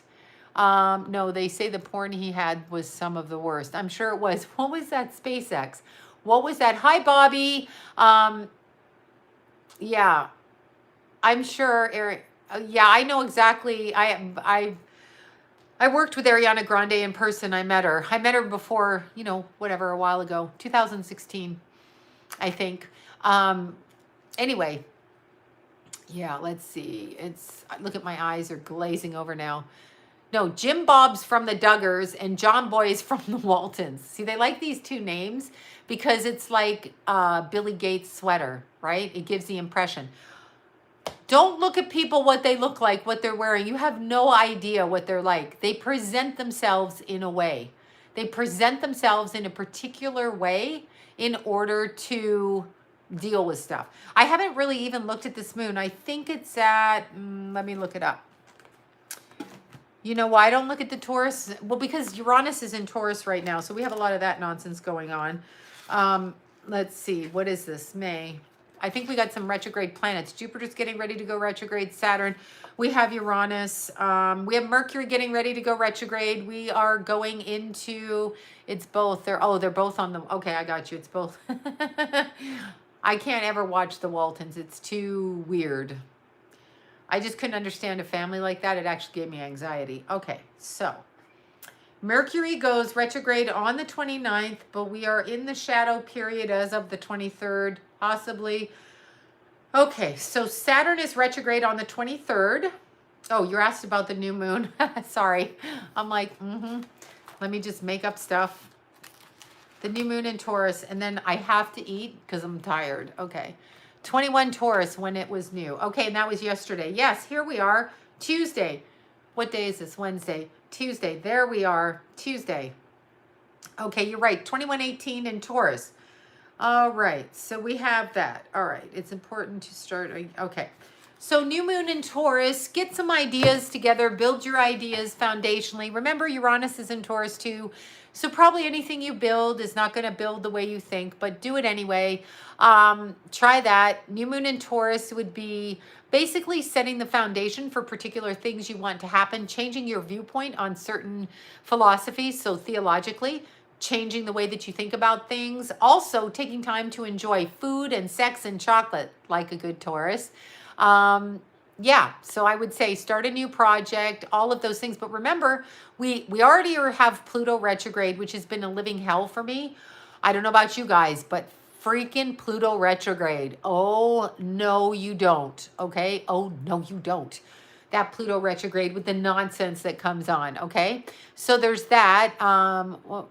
And so, wait, what makes my eyes sparkle? Or does it make someone else's? Okay, so we have Pluto retrograde. We have Jupiter going retrograde, Saturn going retrograde, Mercury going retrograde. I can already feel, oh, happy birthday to your son, Katmy. There you go. Then we have Mercury going retrograde at the end of the month. Mercury retrograde, y'all. Mercury retrograde. Yeah, that's right. But to me, again, Pluto retrograde. Oh my God, you bought Moldavite. Excellent. Pluto retrograde. Crazy. I just can't stand it. I feel like my head's being pulled this way and pulled this way. It's like till October, Pluto is retrograde, and it's in that shitty Capricorn, and it's like going all the way back to like 26. So I just can't have it in my life. Me no like Mercury retrograde, except, see, you're born with Mercury retrograde, so it works for you guys. It definitely works for you guys. I'm eating peanut butter chocolate ice cream. I think I'm going to go get that. Yeah, Pluto retrograde fucks with me because the last time that Mars was retrograde and Pluto was squaring my Mars and transiting Pluto is when Keithy died. I really can't stand it. I start to have panic attacks. So I can't do it. Yeah, I know. Pluto retrograde, Pluto anything makes Mercury look like child's play. You're right. There you go. You're a Virgo, so you'll be affected by Mercury retrograde. Wait, what is Mercury in? I should know this. I'm like, I can't even. I so don't pay attention anymore. I want ice cream. I have purple onion breath. Me too. I love purple onions. Yes, I do. I eat that. Okay, wait. When is Mercury going retrograde? On the 29th. Okay. So we have Mercury retrograde. Wait. I've got to see the degree it goes in. I love me some Sagittariuses. They're super fun. Virgo rising, having a margarita. I love you guys. Me too. You too what? Do you take anything for your panic attacks? Nothing. I need cake. No, I just go out running. So, okay, Mercury is going retrograde at 24 Taurus. And wait a second. Nope, Uranus is out of whack, but Mercury and Pluto are 2 degrees off. Mother. Okay, so when Mercury goes retrograde, it's going to connect up within 2 degrees of Pluto. But that's a trine. Yeah, I don't know. I don't know. I don't know. I was going to say something, but I can't even say it. I know. I just have to go to sleep. Windsor, Ontario. There you go. I know where Windsor is. Across from Detroit. Exactly. I'm eating espresso. Oh, yummy. Pluto is already retrograde. Mercury goes retrograde on the 29th. Jupiter soon and Saturn soon. I can't really keep up. I'm traumatized by all these retrogrades. I pray when I start a panic attack. I would run. I actually carried running shoes in my car, and I would just put the shoes on and I would start walking uphill until I was exhausted. I'd pull the car on the side of the road and do it. That's what I did. I actually would have to run out the door. It was the worst. May 27th. Okay, well, you're going to have a retrograde birthday, but it's okay. It's fun. Maybe they'll redo buying you cake. Because remember, retrograde's about redo. All right, you guys, I literally must go to sleep. I must go to sleep. I mean, I must go to eat and then go to sleep. Thank you, Bobby, for the coffee. I must go to sleep. Wait, birthday. My daughter passed away. Oh, May 5th. Oh, I'm going to eat cake and then go to sleep. No, I'm not. I'm going to drink my detox tea and be miserable. No, I'm going to be powerful and drink my detox tea and possibly eat an apple. That's what I'm going to do. Then I'm going to go to sleep. Mwah. Sorry for ranting. I told you it was going to be a rant. Just ignore me. Just ignore me, y'all. Bye, you guys.